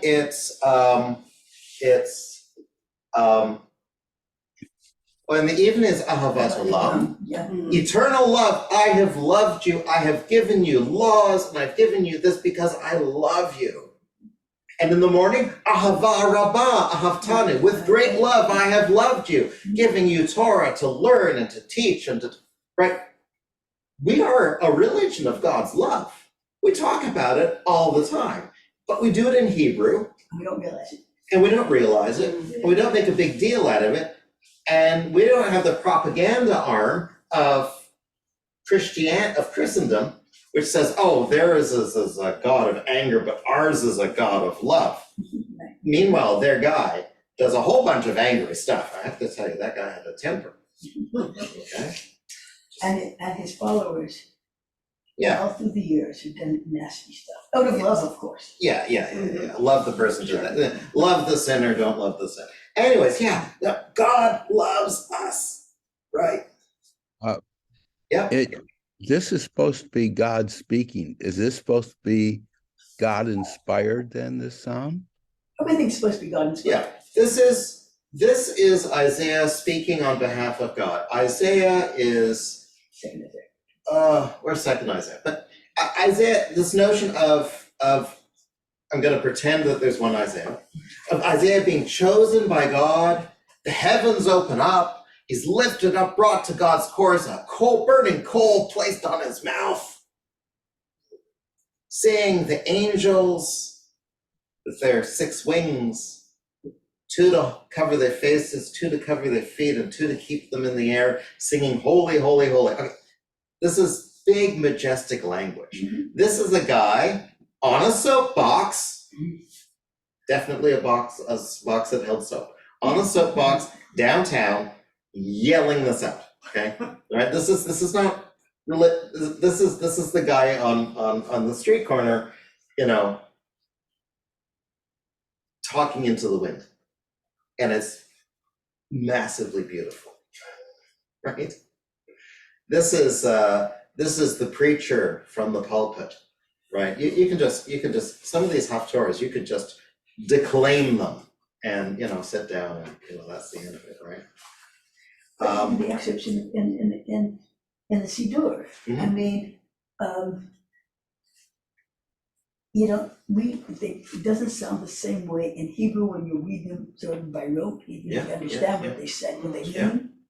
This is, taken out of that context into its original context. Right, and yeah. I've had difficulty, a long time, this concept of God loving us. Mhm. I've always felt it's us as a group rather than me as an individual. Right. Yeah. And I have a problem with that.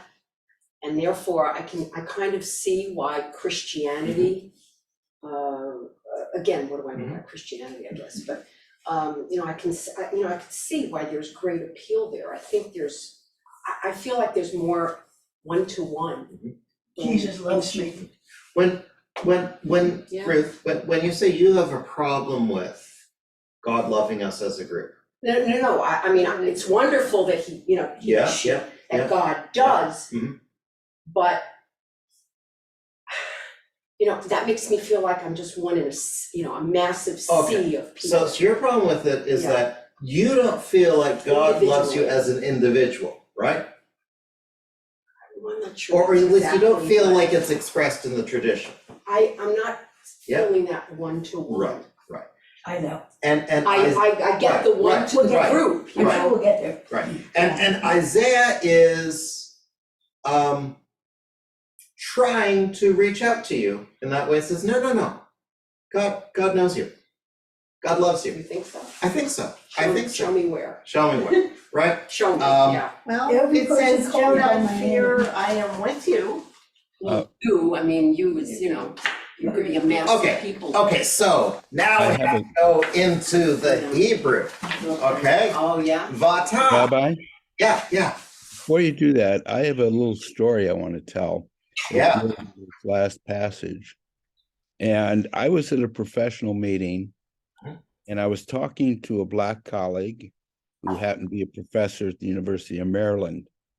And I was asking him why, since the Jews marched with Martin Luther King, why are Blacks now so antagonistic with Jews? And he said, because Jews tell everybody they are the chosen ones. Mhm. So, And this passage actually fortifies that. Oh, sure. And what is worse is, what kind of chutzpah do I have to say, I was a slave in Egypt and God redeemed me, when that slavery in Egypt is so far in the past, and our colleagues who are having this complaint are saying, my dad was a slave. My grandfather was a sharecropper. Who are you to say that you have a slave experience? You've thought about it. You've had a mental slave experience. you remember like distant slaves, Right. but you haven't Whereas, experienced. but it's like, come on. So I think there's some of that too. Like, who are we to hold us? If you want the real slave experience, that's the Black community, because they've had it. They've lived that experience. I've never been a slave a day in my life. So I think there's part of that there. But yeah, the chosenness. But mind you, every religion has a certain sense of chosenness, right? Christianity says, I choose you because if you don't believe in me, you're going to hell. So, it's true. But also every nationality has a sense of chosenness. I mean, Yeah. the Poles, for example, are also in a sense see themselves Sure. as the chosen people, not religiously, Sure. but ethnically. Sure. And it's just, it makes you feel good. You think you're chosen. China is the Chinese, when the goddess was creating the world and was dragged and was making figurines and dragging a rope, okay? The little figurines that she made, those were the Chinese. And when she dragged the rope through the mud, little blobs plopped out and formed into people. Those are the other people, okay? Cuba thinks that Cuba was the Garden of Eden. Every nation thinks they're the greatest. Okay? But Wants to think it's a great one. so in here, so it's talking to us as Yaakov and talking to us as Yisrael, but it's in the singular. It's all in the singular. Al tira. Don't you singular, right? Ki al ticha, not ki al chi, because I have done this to you, singular, right? It's all in singular language. So in the Hebrew, it kind of comes across that this you who is you're hearing, right, is here. And when it says, I have called you by name, and you are mine, right? When you walk through waters, I am with you. I'm not thinking of a whole nation walking through waters. I'm thinking of me. Yeah, it's Right. the problem is the English you, Right. which is plural. whereas in Hebrew, Right. the you, there is a plural you, but this is not it. And there is a singular you in English, you know, but now, right, and I'm sure if you looked at this in the King James Bible, Without. it would be, right, you know, the one who createst thou, Jacob, the one who formed thou, Israel. Do not fear, for I've redeemed them. I've redeemed thee, okay? We've thou. lost it, I and thou. right? But I don't have to make that case because, you know, I don't have to be God's, Spokesperson. exactly, although apparently I am. You're my rep. Well, you play that role even if you're not. Here, but in the Psalm specifically, where it,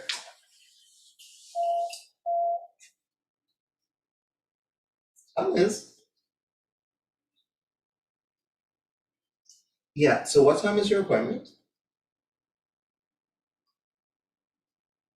Okay, so I'm one psalm away from finishing teaching this class, and then I'll come get you. Okay. Oh, I have your phone, by the way. Bye-bye. Okay, but if you want specific language, Ruth, okay? Bring my sons from far away, my daughters from the ends of the earth. Every person called by my name, whom I created for my glory, whom I formed, whom I made. Bring out the people, right? So it's kind of digging it, okay? But you're right. We don't stress it enough because it's kind of Christian-y, right? That's why we don't talk about, you know, great love that God has for us. We don't talk about God very much either. Oh, no, we don't talk about God. That's because that's Mordecai Kaplan scared all the conservative rabbis That's from right. talking about God. That's right. I mean, you know. You know what, when I first came to the pulpit, my cousin says to me, David, you've mentioned God more times in your sermons this year than the other rabbi in the last 20 years, right? Right? It's because, you know, we were kind of pantheistic, you know, God is the force that allows for redemption. You know, but it takes a kind of hubris to say, God wants this and God says that, right?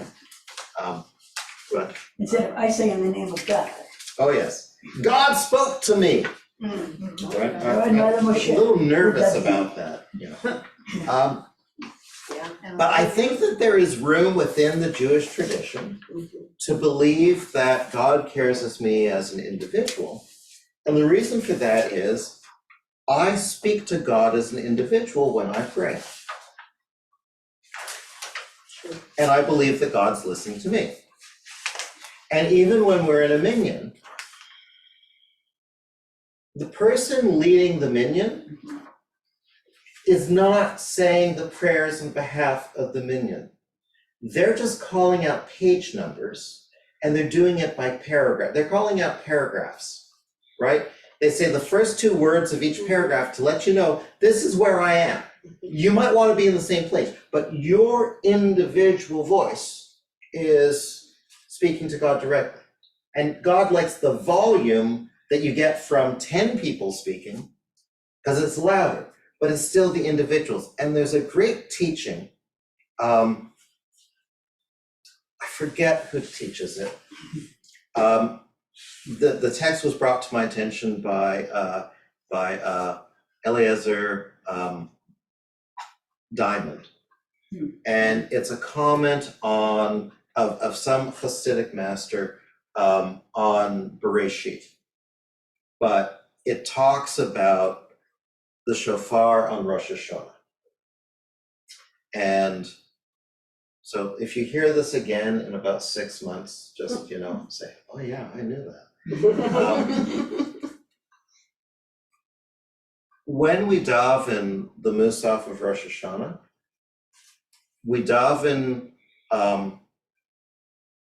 the Malchuyot, the 10 verses that you know praise God as a king, and then we blow the shofar for Malchuyot. Okay. And then we say the 10 verses of Zichronot that God remembers, and we blow the shofar of Zichronot. And then we say the 10 verses of shofarot, where God does shofaring, and then we blow the shofar. And what the comment is the following. The shofar is an inarticulate sound.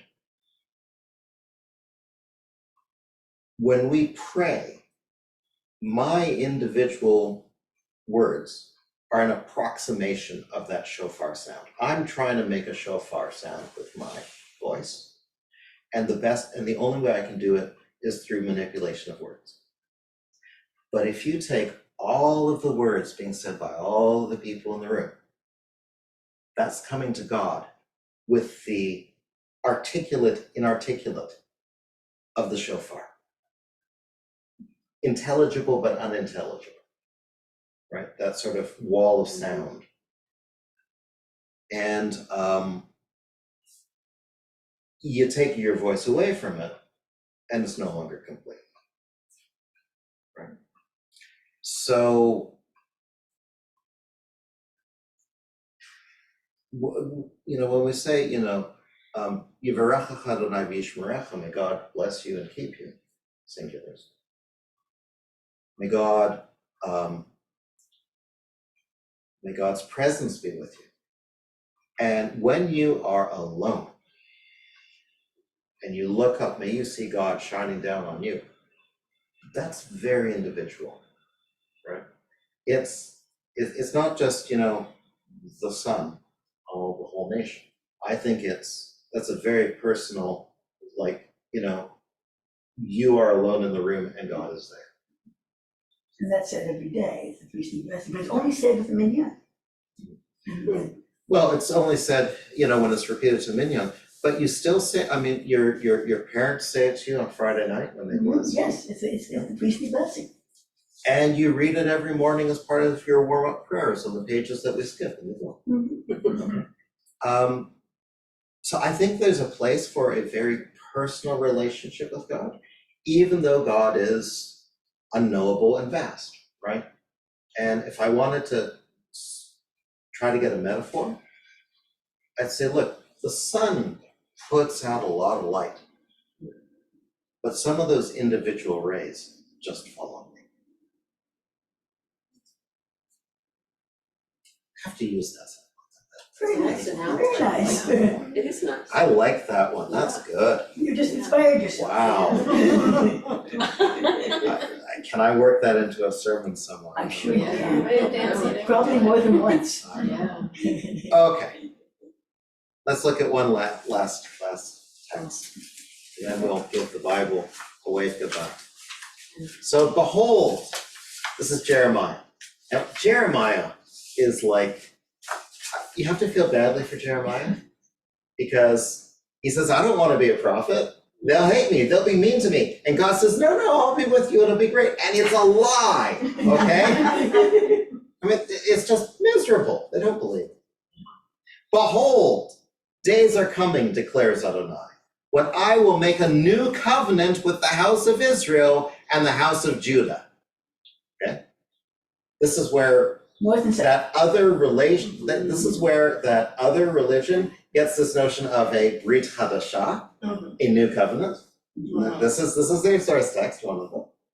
And also, Jeremiah has no clue that the house of Israel is never going to be reconstituted because they're gone. He has no clue that the exiles from the northern kingdoms have been totally dispersed. He thinks there's an enclave of them somewhere and they're going to come, and he has no idea. The 10 lost tribes, they're gonna come back. He doesn't realize that there are no 10 tribes to come back. But he's preaching as if, because he thinks there are actually out there isolated. And It's sad. he thinks that God says there are. Right, it's sad that he doesn't know that. But that's just, we just know this, So, it will not be like the covenant I made with their ancestors when I took them by the hand to bring them out of Egypt. And notice, I take you by the hand, that's a very individual and yet a collective as well. The great arm, but also is, daddy holding your hand, right? For they broke that covenant, even though I was their husband, declares Adonai. Rather, this is the covenant I shall make with the house of Israel after those days, declares Adonai. I shall put my Torah within them. I shall write it upon their hearts. I shall be their God, and they shall be my people. No person will need to teach any other. No person will say to another, know Adonai, for all of them will know me, from the smallest to the greatest, declares Adonai. For I shall forgive their iniquities and not remember their sins anymore. Thus says Adonai, who puts the sun to shine by day, who fixed the rule of the moon and the stars by night, who stirs up the sea so that its waves roar. Adonai of legions is his name. If ever these fixed rules change for me, declares Adonai, then the offspring of Israel will cease to be a nation before me forever. Right? Our relationship with God is as certain as the tides. The sun coming up in the morning, going down at night. Okay? And it's the chosen ones who get to experience this. Thus says Adonai, if ever the heavens can be measured and the foundations of the earth plumbed, then I shall reject the whole offspring of Israel for all they have done, declares Adonai. In the same way that you can't measure the heavens, you can never reject Israel. Might sound like wishful thinking. Yeah, I mean, it's a rah-rah speech. Yeah. So, what is your sense of how God is coming forth from these biblical selections?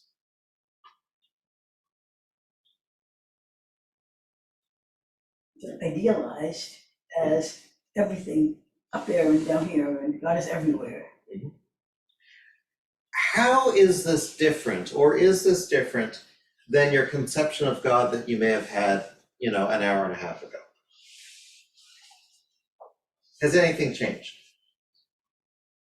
Maybe more awareness, more examination of things that, some of these were familiar from services and, they sound familiar, wait a minute, now something kind of is a little more, maybe more meaningful. And you get a picture, maybe a better picture, or putting everything together than perhaps you thought of before. Okay. I'm struggling with seeing how God changed here. I can see how maybe people changed over the course of this and their understanding of God. But, Tell me more about that. Well, it seems as if there's a development in the understanding. Some of the earlier sources, people had perhaps a more simplistic view of God, and maybe a more simplistic need for what they wanted from God. Then as they developed and became more sophisticated, perhaps they saw it and perhaps spoke to others or whatever, they saw it a little bit more holistically. But that doesn't mean that God changed. God was always just there, universal. So let me see if I understand. Rabbi, please understand. These 24 books of the Bible, written by different people, each of them has a different experience of God, and they express it in a different way. And all of them together might be a good approximation, but we don't define God, God defines God. Yeah, pretty much. Okay, that's good. That's good. Rabbi, Yeah. based on what today with space travel and so forth, how would these have changed in the way that they were written? I don't know. I'm not sure they would have changed all that much, because God is, I remember when Uncle Moishe song, God is here, God is there, God is everywhere, that it's a presence that we can't quite define, but we know it's all over the place. That we know it's all kinds of different things, but we can't exactly describe them because we're using words, and words can't describe it, and that's what these are saying too. There's nothing to compare God to. That's what it says, and they're right. Yeah, and I think that, for me, the harmony of the planets, once you get the big picture and you see the solar system, and you see how insignificant we are just in scale to our planet, and how insignificant our planet is in scale to the solar system, and how insignificant our solar system is in scale to the galaxy, and how insignificant our galaxy is to our local cluster, and how insignificant our local cluster is to our supercluster, and how insignificant that is to all the rest of the stuff we can see out there in the billion-year vision that we have with the new telescope that we can see. I feel really small. How would this change if life is discovered on another planet, intelligent life? I don't think it would. I mean, can I answer that from my point Yeah, of view? please. I don't think it would, because this is what we see from our point of view. This is our view of God from a human perspective. It has changed over the years, clearly, because, we're dealing with God in the Hebrew Bible, which was written 2,000 years ago, 2,500 years ago, whenever. But I think we still see ourselves in relationship to God in the same way. At least we see it, we'll get to that by the end of the semester. But it changes over the years, and we change over the years. And I think that, this remains from the time period it is kind of awe-inspiring. I would agree and say that we would no longer picture God as a large human. We're not supposed to. Yeah. We're not supposed Yeah. to see God as human. It's not, this picture of a, man with a long white beard. We are not supposed to be anthropomorphic because Judaism is not anthropomorphic. Christianity is, because they got Jesus as an aspect of God. But Islam, doesn't totally anthropomorphic, totally non-anthropomorphic. God's out there, but you can't No really images describe it. allowed. Yeah. Yeah. So, I'm sorry, astronomy just boggles me. I just. Oh, yeah. No, the whole but thing is fine. it's an interesting question though that Sheldon asked, because there's this new thing with chat TX or whatever. Yeah. So if you somehow got that thing to write the Bible today, Yeah. how would it change? How would it be different? And maybe it would be different, but I still contend that wouldn't change God. No, It's still written from that perspective of a robot or whatever. Yeah, it's but the collective, So- both the collective knowledge of what you put into it, but it's still just people trying to figure out what God is. So I have to look this up. There was a German philosopher a century ago, and he came up with a question that really created a lot of trouble for all the world religions, which he said is, anytime you say that something is a godlike act and something is not a godlike act, you are setting the parameters of what God is, not God. And you're imposing your morality onto God. But it's literally interpreting that people are created with Tselem Elohim, they are not gods. In other religions, people become gods or what have you, but in Judaism, you are in the image of God, you try to aspire to be sort of like God and perfect, but nobody is. Yeah, so and I think I'll close on this little tidbit. It's been said that, if we say that God is all-knowing and all-loving and, protecting and all these things, and slow to anger, Abundance and kindness. Scripture allows God to do very ungodlike things all over the place. Because the God as God behaves in Scripture is not following our description of an ideal of this God. But people are not following the description of being in the image of God either. They're all, in Jewish tradition, they're all very human and they all have their flaws, no matter how good they might seem. So thank you all for learning. Well, thank you. This is fun. Next time we are looking at God and God of the Rabbis, well,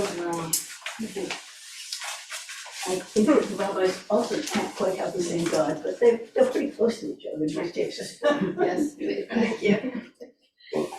I mean, I love the rabbis' imagination of God, because what they'll do is, it's like they imagine God, you know, what does God do with God's day?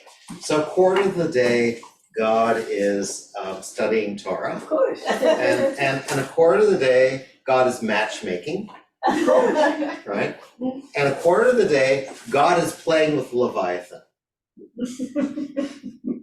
Like God plays with God's dog. I love this, you know? And I forget what dog God is doing for the other quarter of the day. But the only. Oh, the other quarter of the day is maintaining the universe. That was it. The minor part of it, yes. But everything we do anthropomorphizes God. Yep. To say that God's routine is sort of like our routine, but it's slightly different. Well, because we can only understand That's all certain we can things understand, we can understand what we can our understand. So- perspective. The rabbis are really bad when it comes to God and anthropomorphization, because they really put God into human terms a lot. Well, that's how people can understand God. How else can we understand God? Only through words, which Are not perfect. might get close, might not, how do we know? But, but the whole thing is, overwhelming and awesome and what have you. And that's what we're talking about. Different ways of perceiving that. Mhm. I don't usually pontificate on God, actually. Well, it's a change of pace, right, every now and then. But yeah, right, yeah.